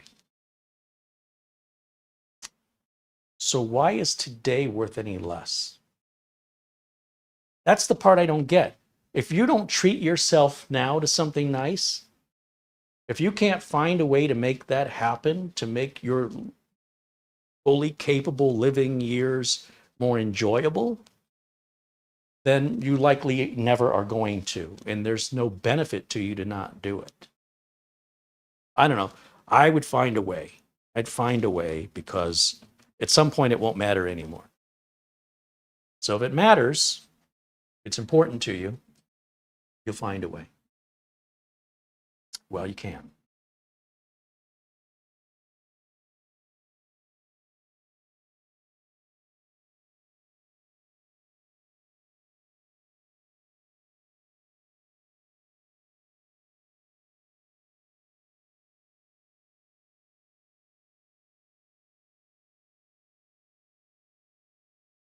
Michael says he's got an i3 8350K on a Gigabyte Z170, and according to Windows, it states his PC does not meet the requirement for Windows 11. Well, any 8th gen or newer, let's take a look at that real quick, because that's news to me. Look, I don't have all of these things memorized, so generally speaking, 8th gen or newer should be fine. There may be some exceptions. Let's take a look. It's an 8350K is, let's just type it into Google,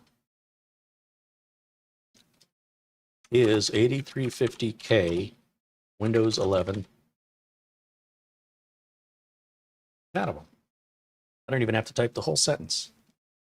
Yes, the Intel i3 8350K processor is compatible with Windows 11. In fact, Microsoft lists the i3 8350K as one of the Intel processors that is supported by Windows 11.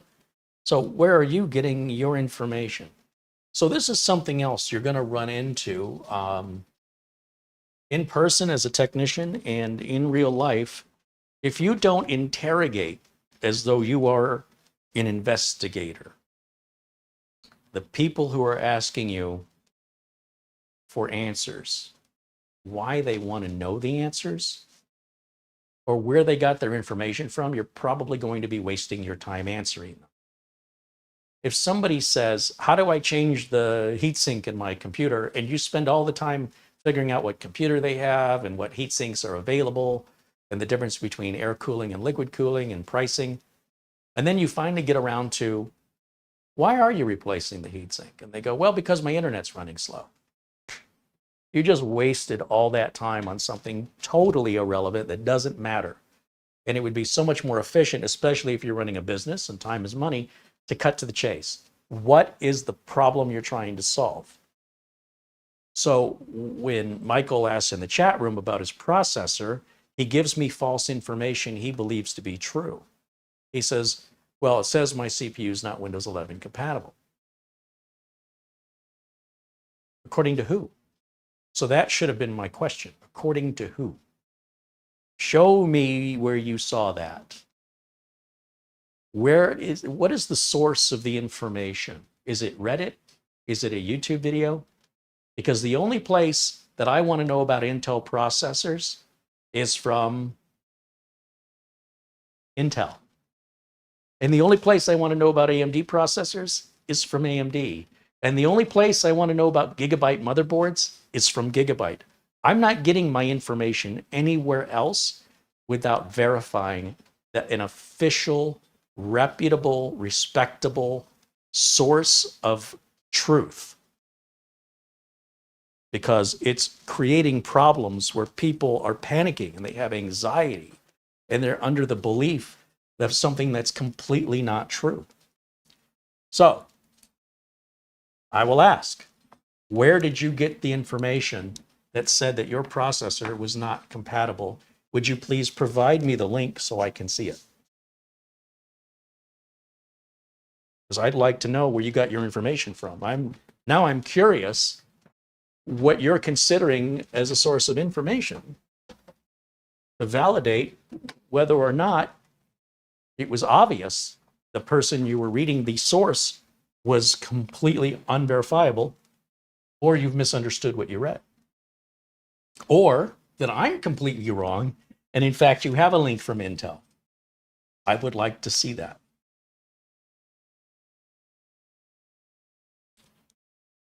Michael says it's from the Windows compatibility check.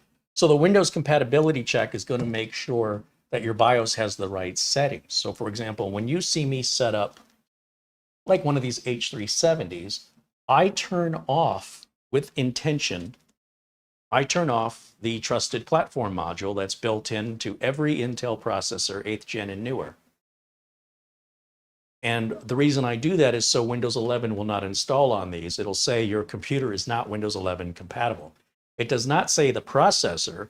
It does not say the motherboard. It just says the computer is not Windows 11 compatible. That's what I want it to do, because I don't want Windows 11 installing on here unless the customer actually wants it.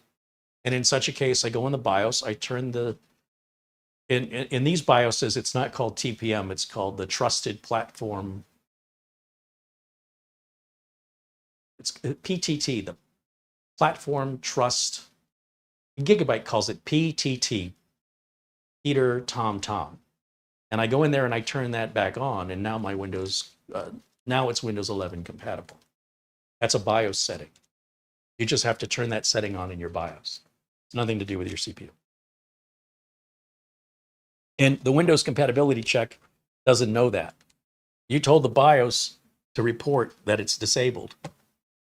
And so it says, okay, it's not there. The compatibility software isn't smart enough to go and see if it's been disabled. It just says it's not here, and therefore you're not compliant. So turn that back on. Go in your BIOS, turn the TPM on, and your Windows 11 will install just fine. No compatibility problems.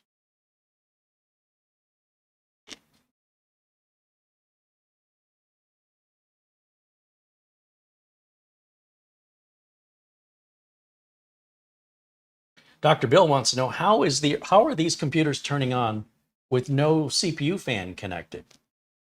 Well, likely in the BIOS, there's a setting that tells you to monitor the CPU fan connection, and it's likely disabled. Whether or not it's disabled by default or someone went in there and changed it, I don't know.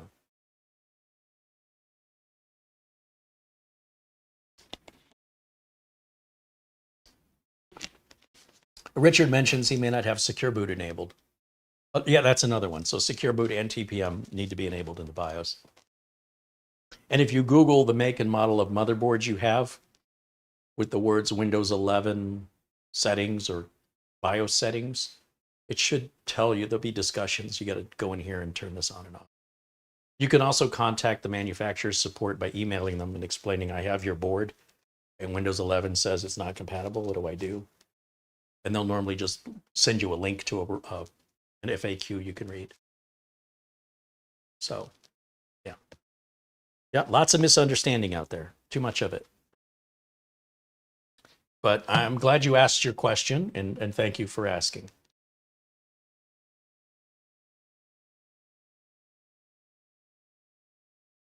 Does he have a 6th or 7th gen motherboard with an 8th gen CPU? He had what, a 170 series board. I'm gonna guess it's all fine. I'm not gonna look it up. It's probably fine. Sounds right to me. Let's see. PTT is the Platform Trust Technology. That's from TKV133 in the chat. Thank you. That's exactly right. It's only Gigabyte that calls it that, as far as I can tell. MSI, Asus, Intel themselves, and ASRock, as far as I can tell. Nobody calls it PTT, other than it's just a Gigabyte thing. Stephen wants to know what I think of the HP Omen PC range. I'm not a fan of pre-built computers in general, and I'm not a fan of HP computers in general. However, on the business class, it's a different thing when you're buying business class machines. At the end of the day, what I think about it really doesn't matter because I'm not the one eating it. I'm not the one spending my hard-earned money, and I'm not the one having to live with it every day. It might meet your needs, expectations, and budgets. It might exceed them, but it won't exceed mine. Because what you think is good and what I think is good, and it doesn't matter if it's a meal at a restaurant, if it's a candy bar, if it's a pair of shoes, if it's a haircut, if it's a tattoo, if it's a friend of ours, you may not like my best friend. That's okay. What you think doesn't matter. And in much the same way, what I think doesn't matter. Buy what's right for you. I just realized I left my chat room in the background. Let me bring that back up so I can get back up close to you guys again.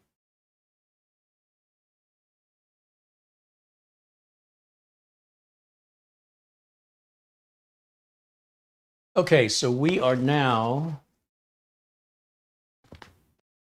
about an hour and a half in today's broadcast, so we've got a few minutes here.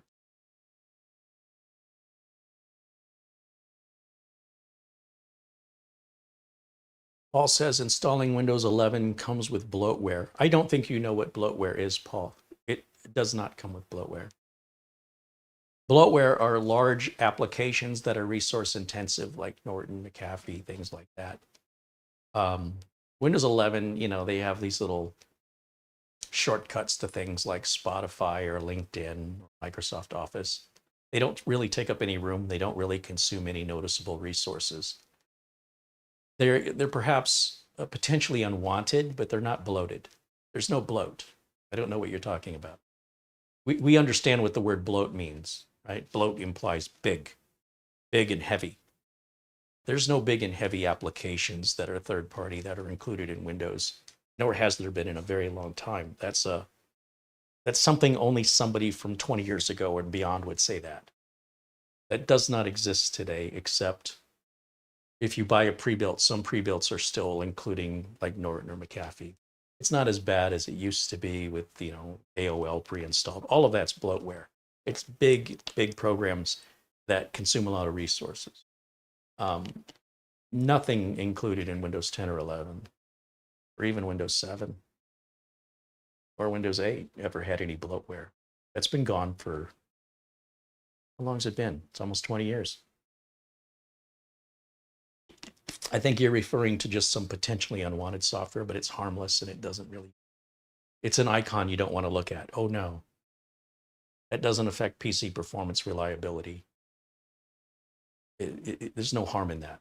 And you just right click on what you don't want, hit uninstall, and by the time you let the mouse button go, it's already gone. That's how tiny and insignificant it is. Just so you know. Bloatware is gone. Again, some pre-built manufacturers will still include it, but just installing Windows doesn't have any bloatware.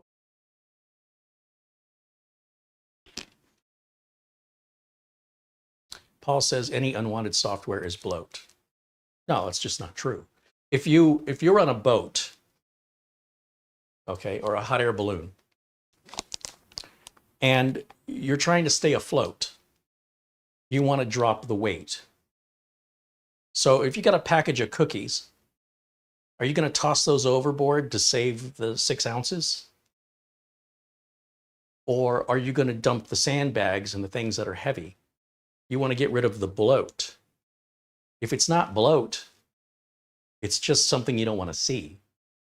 It's unwanted. But so what? It's not causing any harm. It's not preventing you from floating. I don't understand this mentality.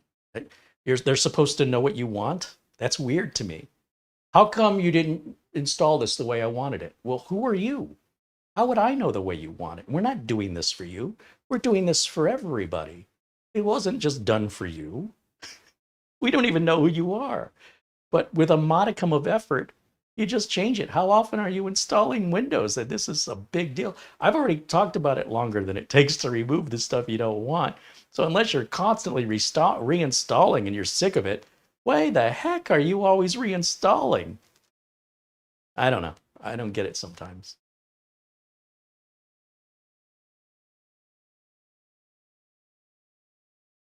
Jacob says we get the bloat term from YouTube videos. Well, it's misused. It's not what bloat is. You know what bloat is. I shouldn't have to define English words for you. It's not like it's a technical term. Bloat is used in the English language outside of technology, and it has one definition, and one definition alone. It doesn't change because it's with computers. I mean, what else are we going to start mislabeling? I don't know. Maybe I'm just getting old, but I mean, we have words for a reason. Otherwise, we just say the same word, and word.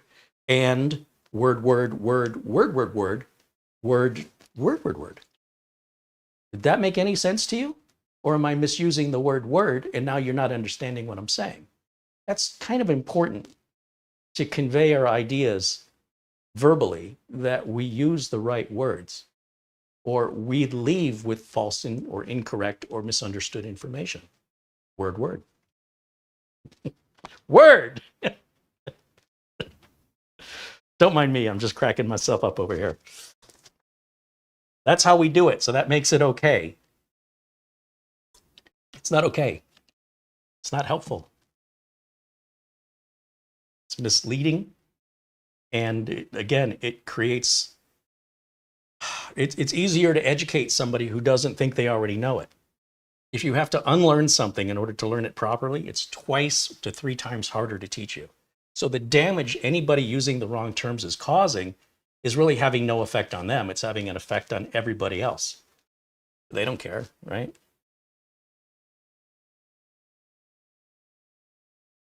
Word.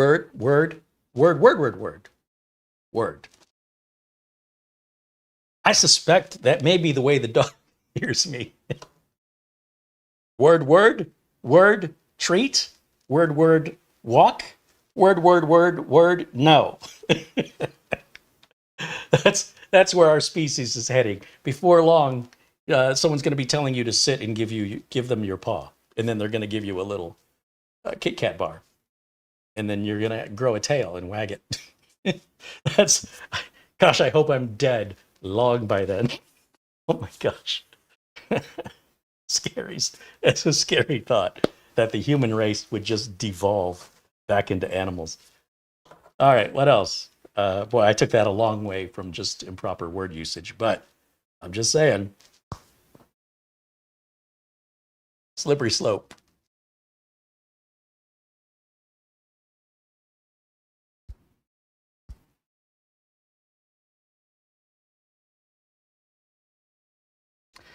Paul says, when you combine like 20 unwanted software, wouldn't that be bloat? No. First of all, Windows 11 doesn't have 20 unwanted software. There's not 20 on there. Do you know how I know? Because I do this for a living, and I remove unwanted software for my customers. And I'd say there's about 7. It's not a big deal. It literally takes 3 seconds to remove each one, times 7, and let's throw another 30 seconds on it just to give it the benefit of the doubt. It's 1 minute of my life and it's gone forever. Now, yes, when 24H2 comes out, it might throw some of those back on again. And all you do is you right click on it and choose uninstall. And by the time you let go of the button to uninstall, it's already gone. Crying about it is taking up way more time than actually just dealing with it. Like, I don't understand. What are you trying to achieve? If you don't want to use Windows, go use Linux. Nobody's forcing you to use Windows. If you're that intolerant and that demanding, maybe you shouldn't be using a Windows platform that's designed for the average ordinary person. Maybe you need something more technically inclined that requires a higher level of technical knowledge that meets your demands. And it's not Windows. It's definitely not Windows.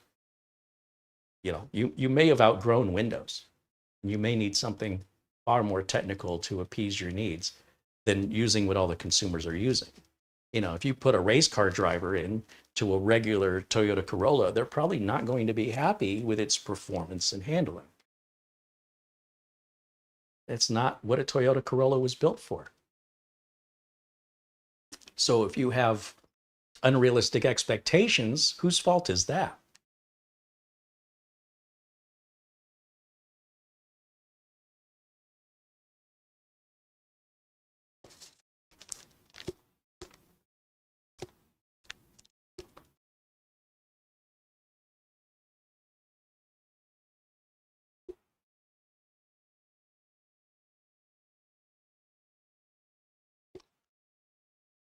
Steven says, I was reading that build H2, 24H2 was going to be Windows 12. I was reading that I'm 10 feet tall and weigh 500 pounds, and I've been alive since 1201 AD. Must be true. I read it online. And Abraham Lincoln is quoted as saying it. If you can't cite your source, the information you're likely reading is just nonsense, clickbait. If you can't tell the difference, boy, it's going to get rough when AI gets more popular. I feel bad for you. You've got to consider the source of your information.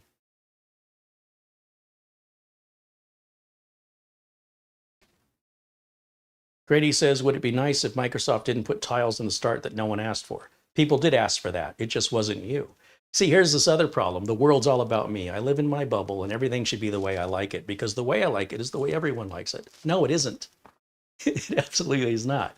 Microsoft had focus groups and testing, and that was proven to be desirable by the majority of the people in their focus groups. You weren't a part of the focus group, and neither was I. And, you know, they weren't necessarily wanting us in their focus group. But rest assured, Microsoft is delivering what people are asking for. Sometimes the people are in the minority, but you know, they don't know that necessarily. It's not like they're surveying the entire world. They can tell by how a product sells and what the complaints are. And then they can measure, you know, if there's been a judgment error here and they'll correct it. You should try it sometime. Try and appease the general public. You will be demonized every way possible. Even if you were giving away $100 bills with no strings attached, people would criticize you as a monster and a terrible person. This is the public we're talking about. Now, if you're asking them to design something specifically for you for hundreds of millions of dollars, well, then you can set these kind of rules. But otherwise, if you don't like it, you don't have to use it. You can just go use something else. There's Linux, there's Mac. Nobody's stopping you. You're not a victim. Make different decisions. Why would I choose to do something I don't want to do? Why would I go somewhere to eat if I don't like the food? Just to buy the food, pay for it, eat it, and then complain about how terrible it is? And then go back again? Who does that? Isn't that weird? I think that's weird. Now, if you're somebody that's a celebrity, a politician, a big investor, where you have some authority to dictate what should and should not be, I'd be very much interested in what you have to say. If somebody wants to tell me how to run a YouTube channel, and yet they themselves don't have a YouTube channel, what do I care what their thoughts are? If somebody fatter than me is going to tell me how to lose weight, if somebody living on the street in Las Vegas is going to tell me the real secret to gambling, I'd be crazy to listen to these people. But if Mr. Beast wants to tell me how to run a YouTube channel, I'm all ears. Undivided attention. Take your time. Always consider your source. Sources are not equal, especially on the internet. The internet's just a large dumpster fire. And within that dumpster, there's some valuable nuggets of gold and diamonds. But man, you got to bury through a lot of burning trash to just find something of value. But there is stuff of value, but most of it is of no value at all. A lot of it is fake. A lot of it is there to generate a click. And you're being tricked every day. And you should be aware that you're being manipulated. And if you're okay with it, I'm okay with it. I just don't think most of you know that.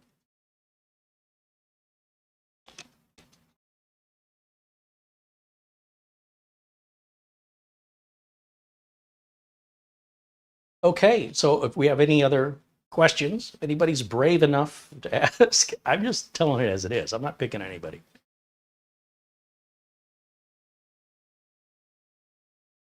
Zero Core says, Carey, that was a perfect explanation of what the internet is. Well, you know, my sister did a thumbnail a few years ago of a cartoon of me poking my head out of a dumpster holding a diamond. I don't think a lot of people got it. It's one of my favorites, though. It cracks me up.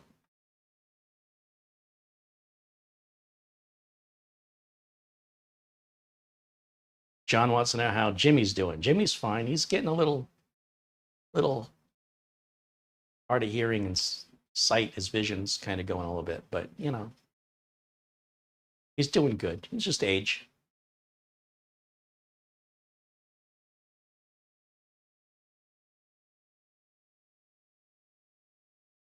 Choppa says, I've tried a couple of versions of Linux. I just can't get used to it. I'm probably too old. Old is an attitude. Old isn't an actual thing. It's just attitude. You could be 5 years old and be too old to learn Linux if you've got that attitude. You'll do what you want to do and what you're motivated to do. Some versions of Linux are easier to use.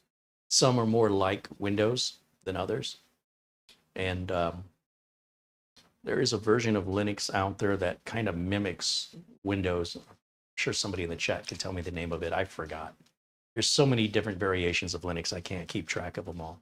Linux Mint is very popular for a lot of Windows users or Windows users.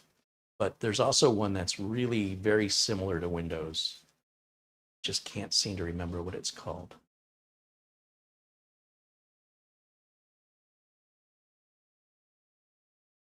Kodak West wants to know if I think Gen 5 NVMe drives are of value, considering most platforms only support one Gen 5 slot. That's up to each user to decide for themselves, and that's why Gen 3 and Gen 4 drives are still available. So you can buy the one that fits your needs, your budget, your requirements, your expectations. People are saying Zorin, Linux Zorin is much like Windows. Zorin isn't the one I was thinking of, but yeah. That may be exactly what they say. They would know better than I would. There you go. Play with Linux Zorin. See if you can't get the hang of that a little easier. Greg mentions there are versions of Linux that are very similar to the Apple Mac OS as well. Point taken.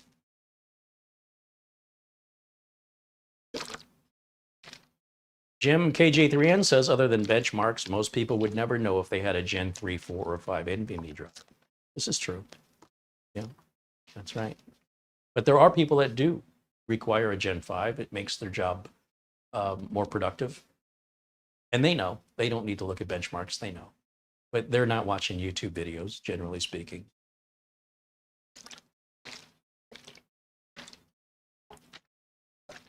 Jeff Ryman said he's 76 years old. He's a former Linux user, and he's considering trying it again on his old PC when Windows 10 support ends. Aaron Werner says hello. Hey, Aaron, welcome in. Matthew Burden says React OS is designed to look like Windows, but still has a long way to go to be useful. Heard of that one. There's one I'm trying to think of that was, maybe it's Zorin, but it's not ringing a bell. But you can Google that and play around with them. We are now at an hour and 50 minutes. So we have about 10 minutes left. In the last 10 minutes, any questions?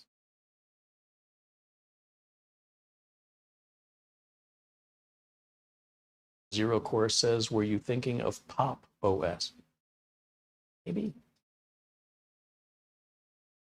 Gary Tatum mentions Ubuntu with a W, Ubuntu, which he says looks just like Windows 11. So there's variations. There's not just one. There are variations of Linux and how they conceive Windows translation.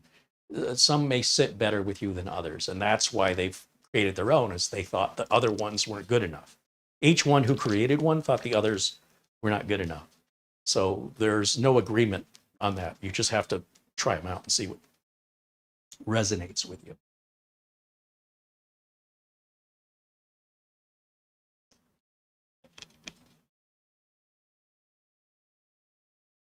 Chris wants to know, I have a power-hungry graphics card in my gaming PC.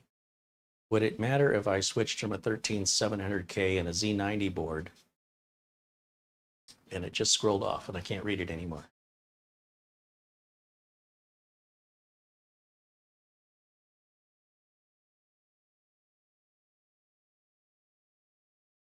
If he switched from a 13700K and a Z90 to a 7800X3D and a V650, what is it you're hoping to achieve with that upgrade? Or that, I don't even know. I'm trying to figure out why would you do that? Something wrong with the 13700K?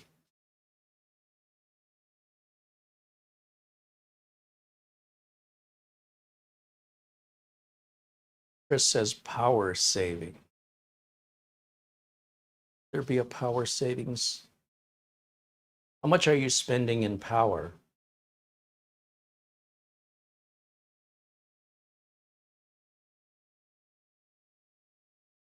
Twin Turbo wants to know if I plan on ever getting the Tesla you wanted. The prices are dropping like flies.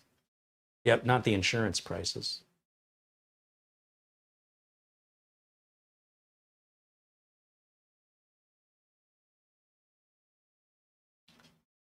Looks like Mara is going to leave us. That's fine. We're just getting ready to say goodbye anyway, so all good.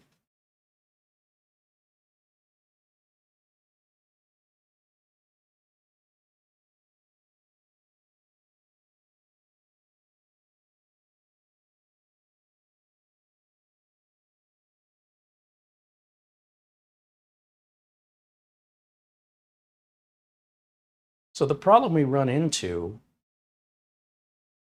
depending on where in the world you live and how much you pay for power, if you were to buy all new parts, even in a best case scenario to save power, it would probably take you somewhere around 15 or 20 years to recoup back your cost. So I'm not quite sure that makes any sense to spend, you know, say $500-600 or more so you can save $10 a month. It's going to take a very, very long time to recoup your investment back to just break even. I don't know how that makes any sense. Am I going to retire anytime soon? Maybe. Maybe.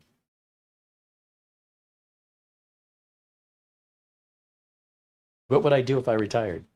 How would I fill my days? Yelling at kids to get off my lawn? I already fit that in my schedule. I'll be retired when I'm dead, or medically something happens to me where I'm incapable, I'm disabled in some way. As long as I can work, I want to take advantage of being alive until I no longer can. I have a purpose. The purpose is whatever I say it is. It is not divine. And therefore, I exist for a reason, and I will make up a reason if necessary.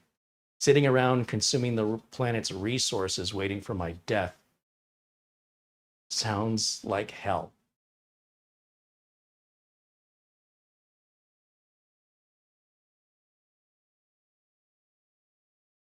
What kind of tablet am I using? That is a Samsung Ultra Tab 8, Tab 8 Ultra, Galaxy Tab 8.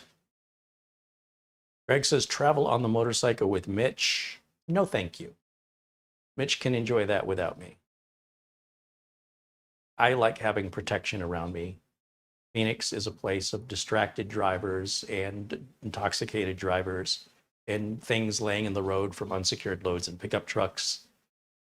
No, it's too dangerous. I'm not doing it. Now, if it was out in the woods somewhere, in a small, sleepy little town, that's a different story. Not Phoenix. No way. Am I planning a trip to Michigan? I'm always planning a trip to Michigan. Whether or not those plans happen, I don't know.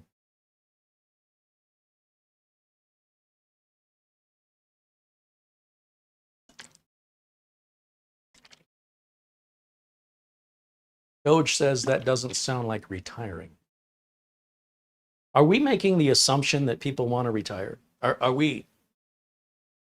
This is the part that confuses me. Are you under the impression that I don't like what I do and I can't wait till I don't have to do it anymore and I can still get paid to do nothing? Because usually people that say retirement in a positive way are looking forward to finally relieving themselves of a job they hated and despised and don't like, and will finally have some freedom.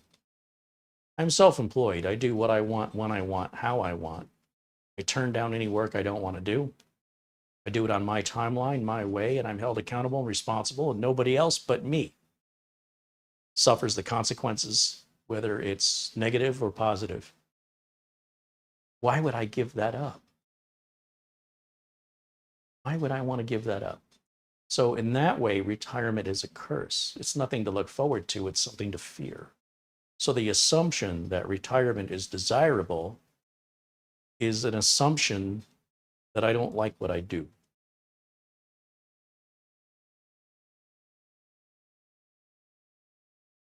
Why would you stop doing something you like doing?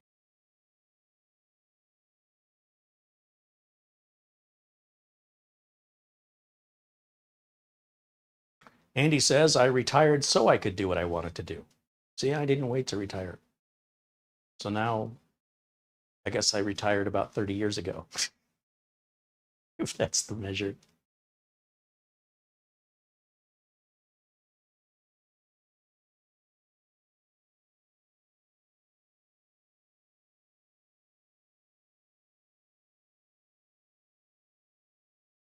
And he says, you gave me the inspiration to build my first PC in 2013. Thank you. It's still running, but I want to upgrade it. Yeah, I'd say it's time for sure.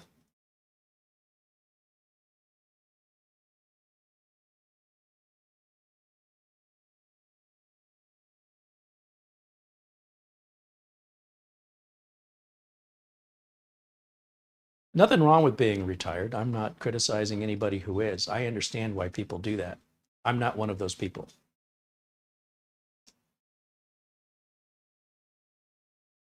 There's Dom Parada joining us. Hey, Dom, welcome back in.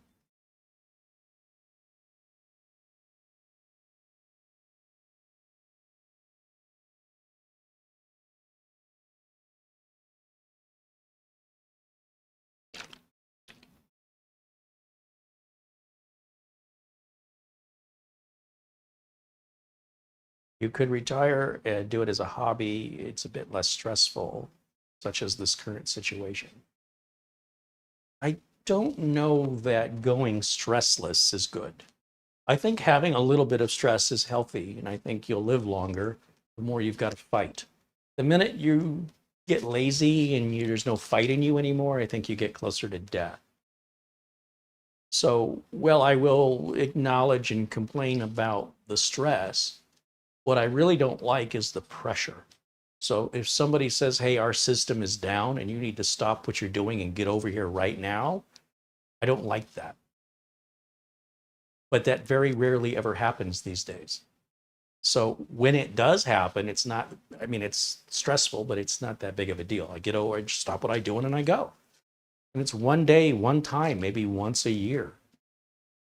I can handle that. That's fine. In fact, I think it's quite healthy. If you don't sacrifice anything and if you don't exert any effort, you're likely starting to die. It leads to depression, sadness, a loss of purpose, a lack of fulfillment, being overweight. It leads to health issues. I think you need to have some level of stress and you need to have some level of pressure. And for everybody, how much that is varies. If you get too much pressure and too much stress, you can still have the same problems. You can have a heart attack, high blood pressure, stroke. You can overeat, you can stress eat and have physical problems as a result. So somewhere between these two extremes, there's a middle. And if you know anything about me, like when I build computers or I'm buying a car, I'm never buying the cheap one and I'm never buying the expensive one. But right down the middle, and the middle, by the way, is a very wide middle. On the cheap end, it's a very narrow selection. And on the expensive end, it's a very narrow selection. In the middle, you've got 30, 40, 50 times the options. And that's where the vast majority of people are going to make their purchase. Even when it comes to a house, when it comes to anything I buy, very rarely am I ever buying the most expensive thing. And very rarely am I ever buying the cheapest thing. Even if it's silverware or a steak knife, I'm not buying some expensive steak knife. I'm not buying some Japanese, what do they call that? Can't think of the name, with the steel that they pound and pound and pound. I don't need that. And I don't want to have to, oh, you can't put this in the dishwasher, you know, and you got to sharpen its edge and you have to take care of it like it's a baby. I don't need that. Give me just a regular down the middle, not some cheap crap, something down the middle I can throw in the dishwasher, or I don't have to sharpen it. And then when it's dull or terrible or out of style, I can throw it away or donate it and go buy another one. And it's not going to set me back another 3 years of payments. That's just the way I see it. No, not Gensu knives. I'm thinking of, you know, like samurai swords. They're made out of hardened steel. What do they call that?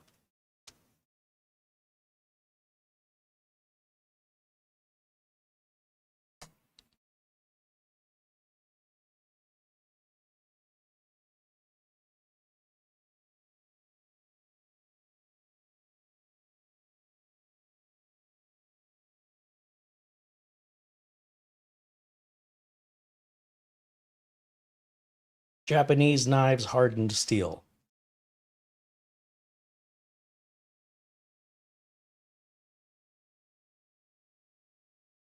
There's a name for this.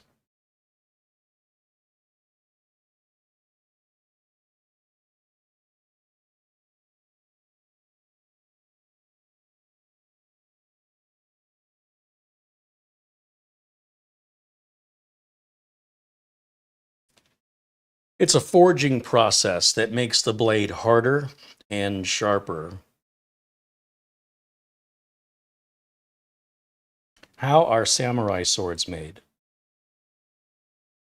And you'll see on the side of the metal, it has these black wavy lines from where it's been. Damascus. Ron's got it. That's what I'm looking for. Damascus. Okay, so Damascus is very labor intensive. It's very expensive and it needs to be taken care of. It is not like titanium. It's not like something that's going to last forever and always be sharp, but it'll should last forever, but you'll have to sharpen it regularly and it's prone to rusting and you know, it's pure. I don't need that, nor can I really afford it. There's a lot of other things I'd like to have instead. Okay. Thank you for that. Damascus was the word I was looking for. All right, that's going to wrap it up. We're about 5 minutes over. Thank you guys so much for hanging out with me today. Thanks for your questions. And Doge wants to know what I think about copper modding GPUs to run less hot. It's a habit. It's a hobby. There's no corporate America IT department that is doing that. So if you did that in the real world as a professional technician, you would be fired from your job. If you want to sit at home and play around with stuff like that, you're not doing anything illegal. It's just profoundly stupid waste of time and money to get back a little tiny bit. These manufacturers are making equipment for consumers. When you're doing research and development at like MIT, That's a place where you'd want to go to do that kind of work. Experimental, or if you're going to send equipment out in space. But when you're making consumer equipment to sell at Walmart and you're saying it runs too hot, it doesn't. It's just built for any moron. Literally, any moron can plug that in. You have no level of education required, and it will run. The minute you think you can make that better, there will be consequences. And I can't tell you what they are yet because it depends on what you do. But you risk damaging it in the process. You're going to spend money that you may not be able to afford, but that's not my business. And in the end, the best you can hope for is a tiny, typically single-digit level performance increase, right? Single-digit percentage. So if 7% more is worth it for you to go through all of that, that's very much a home hobbyist activity that's done for the thrill and enjoyment, as most hobbies are. In business, as I am, and I can't stress this enough, you will be fired immediately for wasting the time and the money and the resources of the company. So what home users do often doesn't really make much sense in the business world. What business IT departments do always makes sense for a home user, always. It doesn't work the other way. So there's just so much more for a business to lose, whether it's their customers, their employees' means of making a living, the investors losing a lot of money. There's so much at stake. People often commit suicide over it. It's no joke. But if what you have is a toy, like if you consider this to be a toy, then play with it. Go ahead. And if you're asking me, what do I think about you playing with your toy? Play with it. I don't care. But if you're asking me if this is a tool, should I do that? I'd say, well, if you don't respect your tools, I can't respect the work you do with them. So, if what you're doing is playing, go have fun. What do I care? So that's why sometimes I think we have a miscommunication. A lot of YouTube content creators are just playing. They're enthusiasts. They're just having fun. There's no thought about how much value or money they're spending. Who cares? We're just having a good time. I don't do that. I'm trying to earn a living and keep a roof over my head. And I have a lot to lose if I were to disrespect that. My clients need their machines and they need them to be reliable so their employees can work. And their employees need to work to help their customers. And if their customers can't get help, their customers will go somewhere else. And if the customers go somewhere else, they won't have the money to pay the employees. They're going to have to let employees go. And now they might lose their house. And then if the company keeps dwindling, then eventually the company will be sold or closed down in bankruptcy, and there won't be a company anymore. But that's very different from playing. So go play. It's fine. I don't play. This is all, there's just a lot at stake here.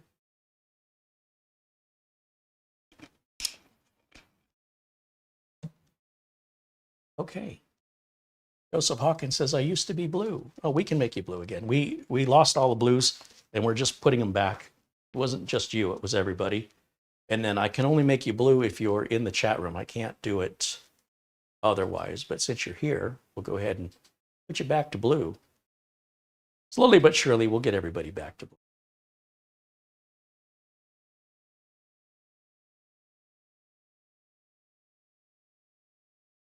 Gray cut should be blue.